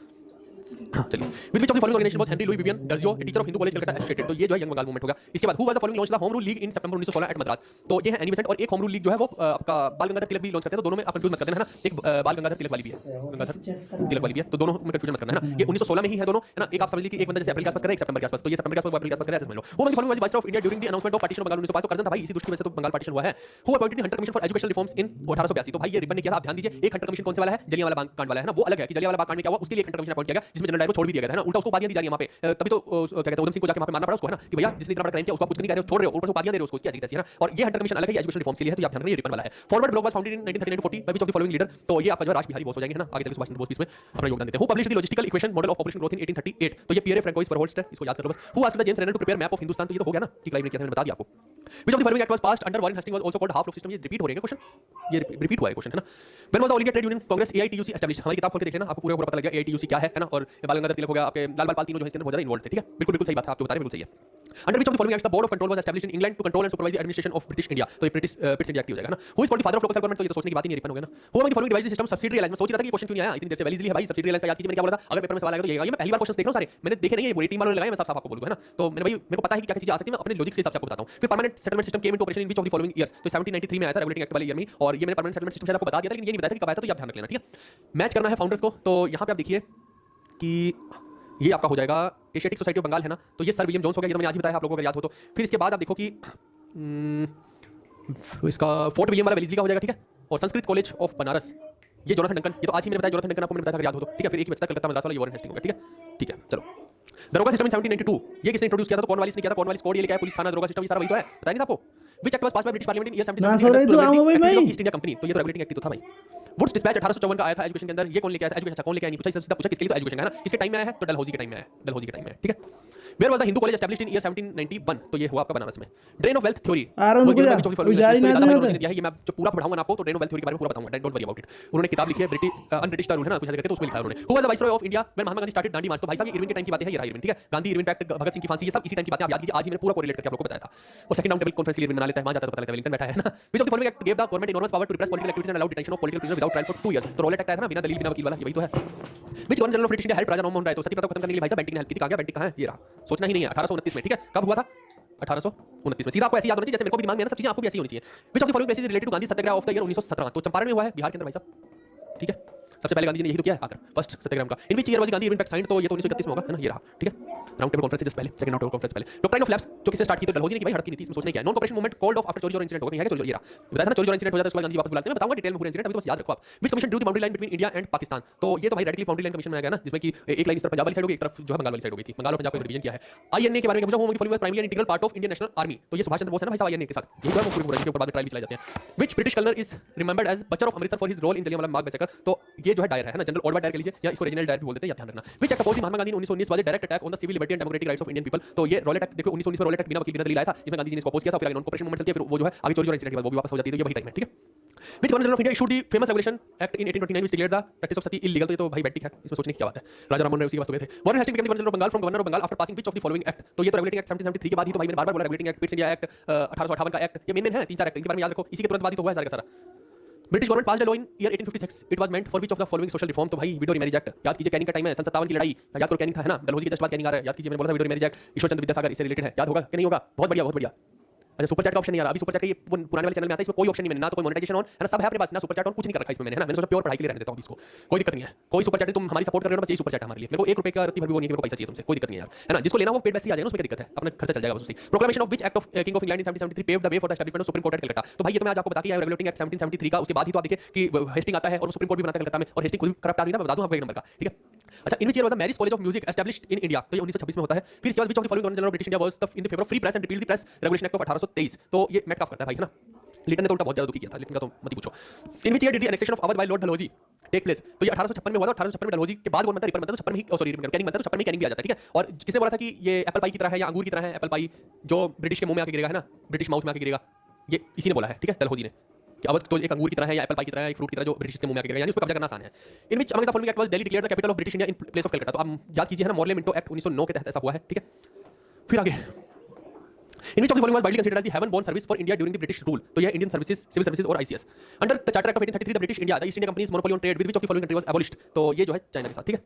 In which year did Lord Dalhousie introduce the railway line in British India? आज ही तो बता के आया हूं भाई 53 में। या आप वैसे भी याद करके रख सकते हैं कि डलहौजी का टाइम पीरियड क्या था, वहीं से याद हो जाएगा ना। 1854, 56 ये सारे डलहौजी के चलते 56 में कैनिंग आ जाता है, तो वहां से भी इस क्वेश्चन का उत्तर दिया जा सकता है, ठीक है। आप देखो ना क्वेश्चन के ऑप्शन देखो ना, आप मेरे को बताओ 56 में कैनिंग आता है, ठीक है, और उसी टाइम पे डलहौजी रिटायर हो रहा है वहां से, तो 56 के आसपास का जो भी ऑप्शन है ना, ये तीनों ही ऑप्शन नहीं हो सकते, ये तो बहुत पीछे के ऑप्शन होंगे। और ये हर गवर्नर कितने साल के लिए बनता है? 3-4 साल, मैक्सिमम 5 के लिए बन जाएगा, इतने ही टाइम के लिए बनते हैं, तो वहां से भी इसका उत्तर दे सकते थे। इस तरीके से आप थोड़ा सा दिमाग लगाओगे तो क्वेश्चन का उत्तर दे दोगे।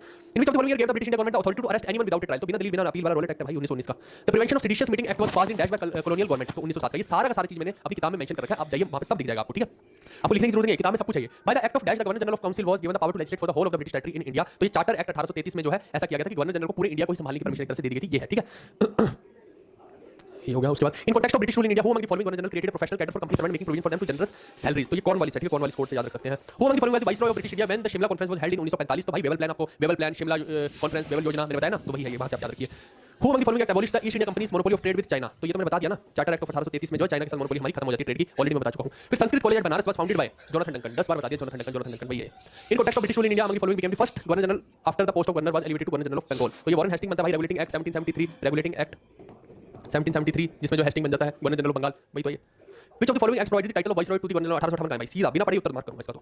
हेनरी लुई विवियन डेर्जियो, ये तो बता दिया है मैंने, teacher of Hindu college 1820, promoted radical ideas referred to as dash his student attack tradition and customs। तो ये कौन से उससे है ग्रुप से? तो यंग बंगाल मूवमेंट से है, ये मैंने पहले ही बता दिया आपको, पहले भी क्वेश्चन हो चुका आज की क्लास में। Under the governor generalship of dash the permanent settlement was introduced? 1793 में कौन था भाई? चांस कॉर्नवालिस था, कॉर्नवालिस के टाइम में, है ना, ये जो है आई है। Through an act passed which year was the post of governor general removed and new post of viceroy? 58 का है, सीधा बिना देखे उत्तर मार्क करूंगा इस क्वेश्चन का, ठीक है भाई। तो बहुत सारे क्वेश्चन आपने देखा है ना, ताबड़तोड़ तरीके से हमने कर लिए हैं, पागलों की तरह।